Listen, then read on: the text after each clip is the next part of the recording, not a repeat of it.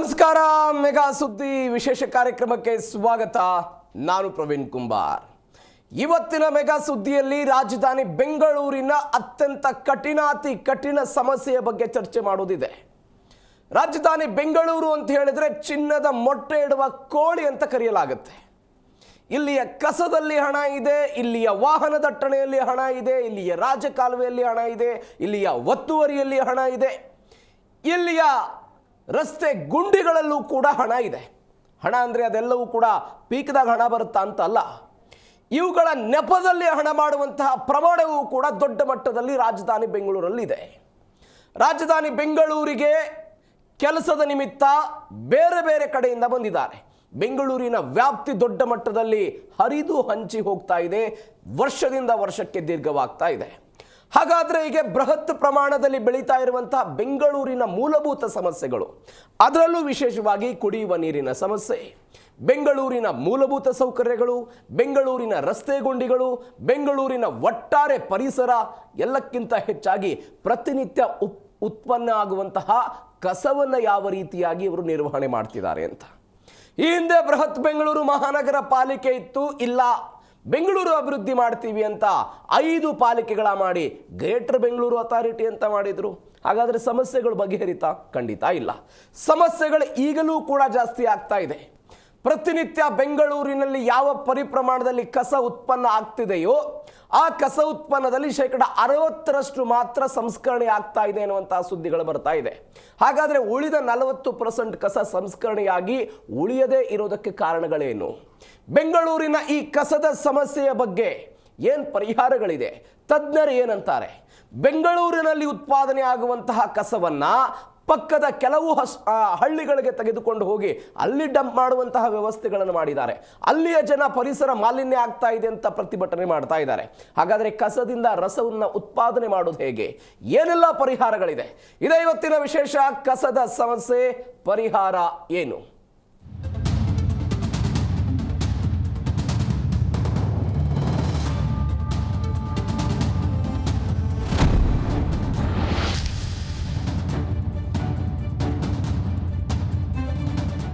ಬೆಂಗಳೂರಿನಲ್ಲಿ ಇತ್ತೀಚೆಗೆ ಗುತ್ತಿಗೆದಾರರು ಮತ್ತು ಕಸ ವಿಲೇವಾರಿ ಮಾಡುವಂತಹ ನೌಕರರು ಯಾರ್ಯಾರೆಲ್ಲ ಇದ್ದರು ಅವರು ಪ್ರತಿಭಟನೆ ಮಾಡ್ತಾ ಇದ್ದಿದ್ದರ ಕಾರಣಕ್ಕಾಗಿ ಕಸದ ಸಮಸ್ಯೆ ಉಲ್ಬಣ ಆಗಿತ್ತು. ಇದೀಗ ಒನ್ಸ್ ಅಗೇನ್ ಅಂಥದ್ದೇ ಸಮಸ್ಯೆ ಉಲ್ಬಣ ಆಗಿದೆ. ಬೆಂಗಳೂರಲ್ಲಿ 5880 ಟನ್ ತ್ಯಾಜ್ಯ ಉತ್ಪಾದನೆ ಆಗುತ್ತೆ. 5880 ಟನ್ ತ್ಯಾಜ್ಯ ಉತ್ಪಾದನೆ ಆಗೋದು, ಅದರಲ್ಲಿ ಸಂಸ್ಕರಣೆ ಆಗ್ತಾ ಇರೋದು ಕೇವಲ 4105 ಟನ್ ಮಾತ್ರ. 4105 ಟನ್ ಮಾತ್ರ ಸಂಸ್ಕರಣೆ ಆಗ್ತಾ ಇದ್ರೆ 1775 ಟನ್ ಸಂಸ್ಕರಣೆ ಆಗದೆ ಹಾಗೆ ಉಳಿತಾ ಇದೆ. ಹೀಗಾಗಿ ಬೆಂಗಳೂರನ್ನ ಕಸದ ಸಮಸ್ಯೆ ಮತ್ತಷ್ಟು ಕಾಡ್ತಾ ಇದೆ.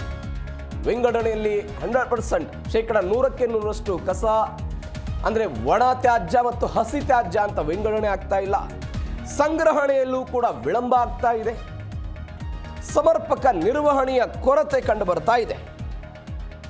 5880 ಟನ್ ಪ್ರತಿನಿತ್ಯ ಉತ್ಪಾದನೆ ಆಗೋದು, 4105 ಟನ್ ಸಂಸ್ಕರಣೆ ಆಗ್ತಾ ಇದೆ. ಉಳಿದಂತಹ 1775 ಟನ್, ಅದರ ಪೈಕಿ 677 ಟನ್ ಹಸಿ ಕಸ, 547 ಟನ್ ಒಣ ಕಸ ಹಾಗೆ ಉಳಿತಾ ಇದೆ. ಅಂದರೆ ಮೂಲದಲ್ಲಿ ಏನು ಪ್ರತ್ಯೇಕವಾಗಬೇಕಾಗಿತ್ತು, ವಿಂಗಡಣೆ ಆಗಬೇಕಾಗಿತ್ತು, ಆ ವಿಂಗಡಣೆ ಆಗ್ತಾ ಇಲ್ಲ. ಇತ್ತೀಚೆಗೆ 2 ಸುದ್ದಿಗಳನ್ನು ಇಡೀ ರಾಜ್ಯದ ಜನ ಅಥವಾ ಬೆಂಗಳೂರಿನ ಜನ ನೋಡಿದ್ರು. ಒಂದು ಬಿಜೆಪಿ ಕಾಂಗ್ರೆಸ್ ಮೇಲೆ ಮಾಡಿದಂತಹ ಆರೋಪ, ಸುದೀರ್ಘ 30 ವರ್ಷಗಳ ಕಾಲ ಒಂದು ಕಂಪನಿಗೆ ಟೆಂಡರ್ ಅನ್ನು ಕೊಡ್ತಾ ಇದ್ದಾರೆ ಅಂತ, ಅದು ದೊಡ್ಡ ಮಟ್ಟದಲ್ಲಿ ಚರ್ಚೆ ಆಯಿತು. ಅದಾದ ನಂತರ ಮತ್ತೊಂದು ಸುದ್ದಿ, ಬೆಂಗಳೂರು ನಗರಾಭಿವೃದ್ಧಿ ಖಾತೆಗೆ ಕೆಲವೊಂದಿಷ್ಟು ಜನ ಪೈಪೋಟಿ ಮಾಡಿದ್ದನ್ನೆಲ್ಲ ನೋಡಿದ್ದೀವಿ ನಾವು.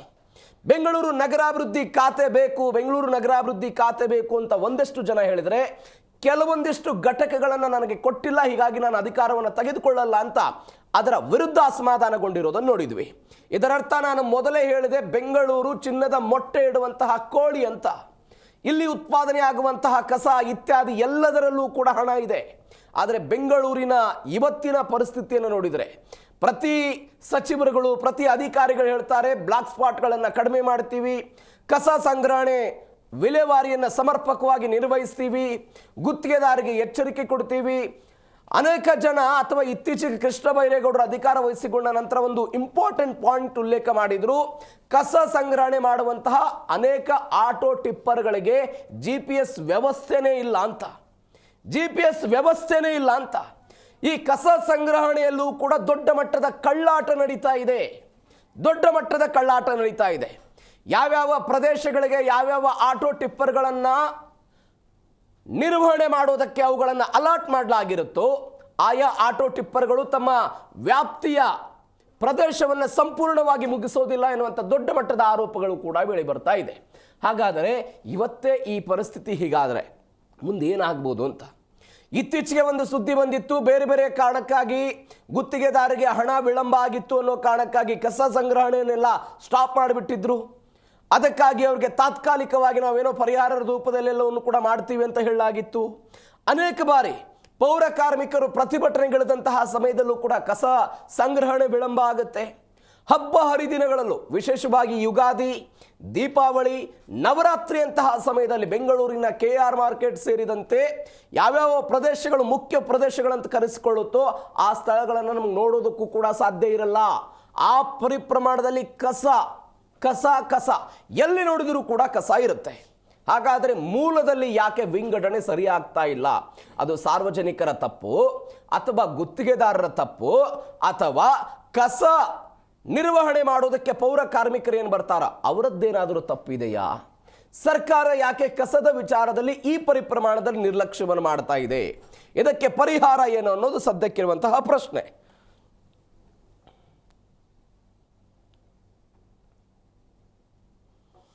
ಇಂಥದ್ದೊಂದು ಕಸದ ಸಮಸ್ಯೆ ಬೆಂಗಳೂರಿಗೆ ಕಾಡ್ತಾ ಇದೆ.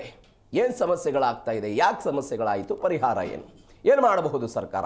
ಇದೇ ವಿಚಾರದ ಬಗ್ಗೆ ಇವತ್ತು ಮಾತನಾಡೋಣ. ಹಲವು ಜನ ಅತಿಥಿಗಳು ನಮ್ಮನ್ನು ಜಾಯ್ನ್ ಆಗಿದ್ದಾರೆ. ಸಾಮಾಜಿಕ ಕಾರ್ಯಕರ್ತರಾಗಿರುವಂಥ ವೀರೇಶ್ ಅವರು ನಮ್ಮ ಜೊತೆ ಇದ್ದಾರೆ. ಸರ್ ನಮಸ್ಕಾರ, ಕಾರ್ಯಕ್ರಮಕ್ಕೆ ಸ್ವಾಗತ. ಮತ್ತೊಂದು ಕಡೆ ಪೌರ ಕಾರ್ಮಿಕ ಸಂರಕ್ಷಣೆ ಸಂಘಟನೆ ಅಧ್ಯಕ್ಷರಾದಂಥ ತ್ಯಾಗರಾಜ್ ಅವರು ನಮ್ಮ ಜೊತೆ ಇದ್ದಾರೆ. ಸರ್ ನಮಸ್ಕಾರ, ಕಾರ್ಯಕ್ರಮಕ್ಕೆ ಸ್ವಾಗತ. ಕಾರ್ಮಿಕ ಹಕ್ಕುಗಳ ಸಂರಕ್ಷಣಾ ಸಮಿತಿ ಅಧ್ಯಕ್ಷರಾದಂತಹ N. ಓಬಳೇಶ್ ಅವರು ನಮ್ಮನ್ನು ಜಾಯ್ನ್ ಆಗಿದ್ದಾರೆ. ನಮಸ್ಕಾರ ಓಬಳೇಶ್ ಅವರೇ, ಕಾರ್ಯಕ್ರಮಕ್ಕೆ ಸ್ವಾಗತ. ವೀರೇಶ್ ಸರ್, ಅನೇಕ ಬಾರಿ ಕಸದ ಸಮಸ್ಯೆ ಬಗ್ಗೆ ಮಾತನಾಡಿದ್ದೀವಿ. ಮಳೆ ಬಂದಾಗ ಬೆಂಗಳೂರು ಮಳೆ ಬಗ್ಗೆ ಮಾತನಾಡ್ತೀವಿ. ಬರಗಾಲ ಬಂದಾಗ ಬೆಂಗಳೂರಿಗೆ ಕುಡಿಯೋದಕ್ಕೆ ನೀರಿಲ್ಲ ಅಂತ ಮಾತನಾಡ್ತೀವಿ. ಬಟ್ ಸುದೀರ್ಘ ಅವಧಿಗಳ ಕಾಲ ಯಾವತ್ತಿಗೂ ಕೂಡ ಮಳೆಗಾಲ, ಚಳಿಗಾಲ, ಬೇಸಿಗೆ ಕಾಲ ಎಲ್ಲ ಕಾಲದಲ್ಲೂ ಕೂಡ ಬೆಂಗಳೂರಿಗೆ ಕಾಡುವಂತಹ ಸಮಸ್ಯೆ ಕಸದ ಸಮಸ್ಯೆ. ಕಾರಣ ಏನು ಸರ್? ಕಾರಣ ಈ ಬ್ಯಾಂಗ್ಳೂರಿನಲ್ಲಿ ಈಗ ಕರ್ನಾಟಕ ಇದು ಬ್ಯಾಂಗ್ಳೂರು ಸಿಟಿಯಲ್ಲಿ ಸಾಲಿಡ್ ವೇಸ್ಟ್ ಮ್ಯಾನೇಜ್ಮೆಂಟ್ ಕಾರ್ಪೊರೇಷನ್ ಅಂತಕ್ಕಂಥ ಒಂದು ಸಂಸ್ಥೆಯನ್ನು ಮಾಡಿ GBAಯ ಅಂಗಸಂಸ್ಥೆಯಲ್ಲ, ಅದು ಅದೇ ಒಂದು ಸಪರೇಟ್ ಒಂದು ಸಂಸ್ಥೆಯಾಗಿ ಮಾಡಿರ್ತಕ್ಕಂಥದ್ದು ಮೊದಲನೆಯ ತಪ್ಪು.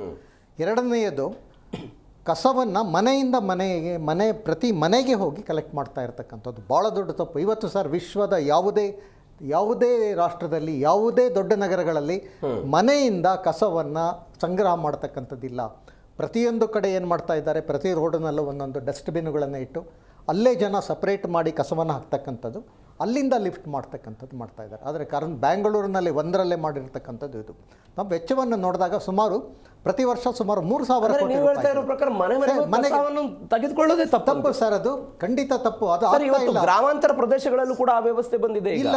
ಇಲ್ಲ ಸರ್, ಇಲ್ಲ ಸರ್, ಗ್ರಾಮ ಪಂಚಾಯತಿ ಮಟ್ಟದಲ್ಲೂ ಕೂಡ ಇಂಥದ್ದೊಂದು ವಾಹನಗಳನ್ನು ಕೊಟ್ಟು ಇವತ್ತು ಗ್ರಾಮ ಪಂಚಾಯತಿ ಲೆವೆಲ್ ಮನೆ ಮನೆಗೆ ಹೋಗಿಯೂ ಕೂಡ ಕಸವನ್ನು ತೆಗೆದುಕೊಂಡು ಬರ್ತಾ ಇದ್ದಾರೆ. ಇದು ಈ ವ್ಯವಸ್ಥೆಯೇ ಸಂಪೂರ್ಣವಾದಂತಹ ತಪ್ಪು. ಎಲ್ಲೂ ಕೂಡ ಇಲ್ಲ. ನೀವು ದೊಡ್ಡ ನಗರಗಳಲ್ಲಿ ಮುಂಬೈ, ಡೆಲ್ಲಿ ತಗೊಳ್ಳಿ, ಡೆಲ್ಲಿಯಲ್ಲೂ ಕೂಡ ಪ್ರತಿಯೊಂದು ಕಡೆಯಲ್ಲೂ ಕೂಡ 3 ಇದನ್ನು ಮಾಡಿರ್ತಾರೆ. ಜನಗಳು ಹೋಗಿ ಅಲ್ಲಿ ಕಸವನ್ನು ವಿಂಗಡಿಸಿ ಮಾಡಿ ಯಾವುದು ಒಣಗಿರ್ತಕ್ಕಂಥದ್ದು, ಮೆಟಲ್ಸು ಮತ್ತು ಹಸಿ ಕಸವನ್ನು ಹಾಕ್ತಕ್ಕಂಥದ್ದು. ಇಲ್ಲಿ ನೀವು ಮನೆಯಿಂದ ಮನೆಗೆ ಎಲ್ಲಿ ಆಗ್ತಾ ಇದೆ? ತಾವು ಕಳೆದ 3 ತಿಂಗಳಿಂದ ನೋಡ್ತಾ ಇದ್ದೀರಾ. ಎಲ್ಲ ರಸ್ತೆಗಳಲ್ಲೂ ಕೂಡ ಇವತ್ತು ಕಸ ಬಿದ್ದಿದೆ. ತಾವು ನೋಡಿದ್ದೀರಾ ಮೂಲೆಗಳಲ್ಲಿ. ಕಸವನ್ನು ಮನೆಯಿಂದ ಕೂಡ ಕಲೆಕ್ಟ್ ಮಾಡ್ತಾ ಇಲ್ಲ. ಮನೆಯಿಂದ ಕಲೆಕ್ಟ್ ಮಾಡೋ ಹೆಸರಿನಲ್ಲಿ ಇವತ್ತು ದುಡ್ಡನ್ನು ಲೂಟಿ ಮಾಡ್ತಾ ಇರ್ತಕ್ಕಂಥದ್ದು. ಆಮೇಲೆ ತಾವು ನೋಡಿದ್ದೀರಾ, ಬೆಂಗಳೂರು ನಗರದಲ್ಲಿ ಎಲ್ಲಾದರೂ ನಾನು ರಸ್ತೆಯಲ್ಲಿ ಹೋಗ್ಬೇಕಾದ್ರೆ ಒಂದು ಕಸ ಹಾಕಬೇಕು ಅಂದರೆ ಎಲ್ಲಿ ಕಸದ ಡಬ್ಬಿಯನ್ನು ಇಟ್ಟಿದ್ದೀರಾ? ಬ್ಲಾಕ್ ಸ್ಪಾಟ್ಗಳಿದೆ ಅಷ್ಟೇ. ಅಲ್ಲ, ಬ್ಲಾಕ್ ಸ್ಪಾಟ್ ಇದೆ ಸರ್. ನೀವು ಇದು ಮುನ್ಸಿಪಾಲ್ಟಿಯ ಏನು ಕಾರ್ಪೊರೇಷನ್ ಕರ್ತವ್ಯ, ಪ್ರತಿಯೊಂದು 100 ಮೀಟರ್ಗೆ ಒಂದು ಕಸದ ಡಬ್ಬಿಯನ್ನು ಇಡ್ತಕ್ಕಂಥದ್ದು. ಯಾಕೆ ಇಡ್ತಾ ಇಲ್ಲ ನೀವು? ಮನೆಗಳಲ್ಲೂ ಕೂಡ ಇವತ್ತು ವಿಂಗಡಣೆ ಮಾಡಿ ಹಾಕ್ತಾ ಇಲ್ಲ. ನಾವು ವಿಂಗಡಣೆ ಮಾಡಿ ಇಟ್ಟರೆ ಕಸ ತಗೊಂಡು ಹೋಗೋರು ಅದನ್ನು ಒಂದೇ ಗಾಡಿಗೆ ಹಾಕ್ಕೊಂಡು ಮತ್ತೆ ತಗೊಂಡು ಹೋಗ್ತಾ ಇದ್ದಾರೆ. ಇವತ್ತು ನಡೀತಾ ಇರ್ತಕ್ಕಂಥದ್ದು ಅದು ಸರ್. ಇದು ಇಲ್ಲಿ ನಡೀತಾ ಇರ್ತಕ್ಕಂಥದ್ದು ಲೂಟಿ ಮಾಡ್ತಕ್ಕಂಥ ಕೆಲಸ. ಪ್ರತಿ ವರ್ಷ 3,000 ಕೋಟಿ ಅಂದರೆ ಪ್ರತಿ ಒಂದು ವಾರ್ಡ್ಗೆ 1.5 ಕೋಟಿ ರೂಪಾಯಿಗಳಷ್ಟು ಇವತ್ತು ಇದಕ್ಕೆ ಖರ್ಚಾಗ್ತಾ ಇರ್ತಕ್ಕಂಥದ್ದು. ಸರ್, ಅವರ ಯಾರ್ಡ್ ಸ್ಟಿಕ್ ಏನು ಮಾನದಂಡದ ಪ್ರಕಾರ ಪ್ರತಿ ವಾರ್ಡ್ಗೂ ಸುಮಾರು 100ರಷ್ಟು ಟಿಪ್ಪರ್ಗಳಿರಬೇಕು. 4ರಿಂದ 5 ಇದು ಕಂಪ್ರೆಸರ್ಸ್ ಇರಬೇಕು. ಎಲ್ಲೂ ಇಲ್ಲ. ಅವರದೇ ಒಂದು ವರದಿ ಈಗ ಮೊನ್ನೆ ಬಂದಿರತಕ್ಕಂಥದ್ದು 150 ಟಿಪ್ಪರ್ಸ್ ಇರೋ ಜಾಗದಲ್ಲಿ 65 ಟಿಪ್ಪರ್ಸ್ ಇತ್ತು ಅಂತೇಳಿ ಸುಳ್ಳು ಲೆಕ್ಕಗಳನ್ನು ಕೊಟ್ಟು ದುಡ್ಡನ್ನು ಹೊಡಿತಕ್ಕಂತಹ ಒಂದು ಷಡ್ಯಂತ್ರ ಇದು ನಡೀತಾ ಇರ್ತಕ್ಕಂಥದ್ದು. ಬೆಂಗಳೂರಿನ ಕಸ ಇರತಕ್ಕಂಥದ್ದು ಮಾಫಿಯಾಗಳ ಕೈಯಲ್ಲಿ. ಸರ್, ಇದು ಭಾಳ ನೇರವಾಗಿ ನಾನು ಹೇಳ್ತೀನಿ. ಇದರಲ್ಲಿ ಭಾಳಷ್ಟು ಶಾಸಕರಿಗೆ ಪ್ರತಿ ತಿಂಗಳು ಕಾಂಟ್ರಾಕ್ಟರ್ಗಳಿಂದ ಇಂತಿಷ್ಟು ಹಣ ಅಂತ ಅವರ ಜೇಬಿಗೆ ಸೇರ್ತಾ ಇರ್ತಕ್ಕಂಥದ್ದು. ಶಾಸಕರಿಗೆ ಬೇಕಾದವರಿಗೆ ಕಾಂಟ್ರಾಕ್ಟನ್ನು ಕೊಡ್ತಾ ಇರ್ತಕ್ಕಂಥದ್ದು, ಅರ್ಹರಿಗೆ ಕೊಡ್ತಾ ಇಲ್ಲ ಇಲ್ಲಿ ಕಾಂಟ್ರಾಕ್ಟ್. ಅವನ ಹತ್ರ ಮೆಷಿನರಿ ಇದೆಯೋ, ಪೌರ ಕಾರ್ಮಿಕರು ಇದ್ದಾರೋ, ಕಾಂಪ್ಯಾಕ್ಟರ್ ಇದೆಯೋ, ಅವನಿಗೆ ಅವನ ಈ ಕಸವನ್ನು ನಿರ್ವಹಿಸ್ತಕ್ಕಂಥ ಶಕ್ತಿ ಇದೆಯೋ ಅದನ್ನು ಯಾವುದನ್ನು ನೋಡ್ತಾ ಇಲ್ಲ.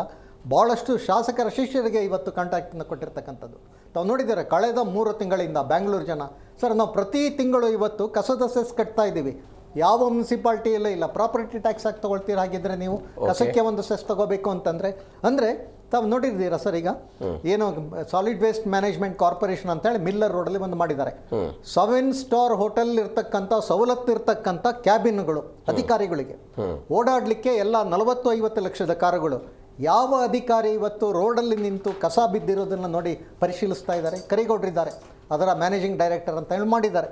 ಕೇಳಿ, ಅವ್ರು ಹೇಳಿದರು, ಒಂದು ಯಾರು ಕಸವನ್ನು ಬೀದಿಗೆ ಹಾಕ್ತಾರೋ ಅವ್ರ ಮನೆಗೆ ತಂದು ನಾವು ಸುರಿತೀವಿ. ಆ ಪ್ರಯೋಗವನ್ನು ಕೂಡ ಮಾಡಿದ್ರು ಸರ್. ಅದಾದಮೇಲೆ ಯಾಕೆ ಬ್ಲಾಕ್ ಸ್ಪಾಟ್ಗಳು ಶುರುವಾಯಿತು?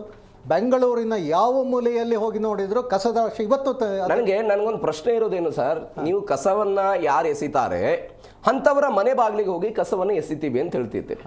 24x7 ಯಾವುದೋ ಒಂದು ಲೇಔಟ್ನಲ್ಲಿ ಒಂದು ಕಟ್ಟ ಕಡೆಯ ಒಂದು ಪ್ರದೇಶ, ಅಲ್ಲೊಂದು ಬ್ಲಾಕ್ ಸ್ಪಾಟ್ ನಿರ್ಮಾಣ ಆಗಿದೆ. ಅಲ್ಲಿ 24 ಗಂಟೆ ಮಾರ್ಷಲ್ಸ್ಗಳು ಇರ್ತಾರ, ಅದನ್ನ ಕಾಯ್ತಾರ. ಅಲ್ಲೇನಾದ್ರೂ CCTVಗಳು ಇರ್ತಾ?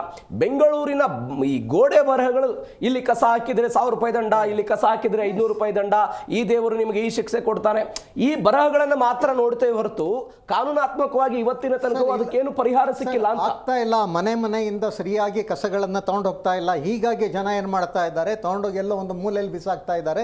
ಅಲ್ಲಿ ಬ್ಲಾಕ್ ಸ್ಪಾಟ್ಗಳು ಕ್ರಿಯೇಟ್ ಆಗ್ತಾ ಇರತಕ್ಕಂಥದ್ದು. ಮೊನ್ನೆ ನಡೆದ ತನಿಖೆಯಲ್ಲಿ ಬಹಿರಂಗಗೊಂಡಿದೆ. ಅವನ ಕಾಂಟ್ರಾಕ್ಟರ್ಗಳ ಹತ್ರ ಸಾಕಷ್ಟು ಇವರಿಲ್ಲ, ಯಾರು ಪೌರ ಕಾರ್ಮಿಕರಿಲ್ಲ, ಕಾಂಪ್ಯಾಕ್ಟರ್ಸ್ ಇಲ್ಲ, ಮತ್ತೆ ಟಿಪ್ಪರ್ಸ್ ಇಲ್ಲ. ಹೀಗಾದಾಗ ಜನಗಳು ಏನು ಮಾಡಬೇಕು? ಕಸವನ್ನು ಎಲ್ಲೆಂದರಲ್ಲಿ ಎಸೀತಾ ಇರ್ತಕ್ಕಂಥದ್ದು ತಾವೇ ಇವತ್ತು ತೋರಿಸ್ತಾ ಇದ್ದೀರಾ. ಇವತ್ತು ಕೂಡ ಬೆಂಗಳೂರಿನಲ್ಲಿ ಈ ರೀತಿಯ ಸಾವಿರಾರು ಬ್ಲಾಕ್ ಸ್ಪಾಟ್ಗಳಿದೆ. ಆಮೇಲೆ ಯಾಕೆ ಜನ ಕಸ ಎಲ್ಲಿ? ಈಗ ಜನ ಸರಿ ಸರ್ ಮನೆಯಿಂದ ಮಾಡ್ತೀವಿ ಅಂತ ಹೇಳ್ತಾ ಇದ್ದೀರಾ.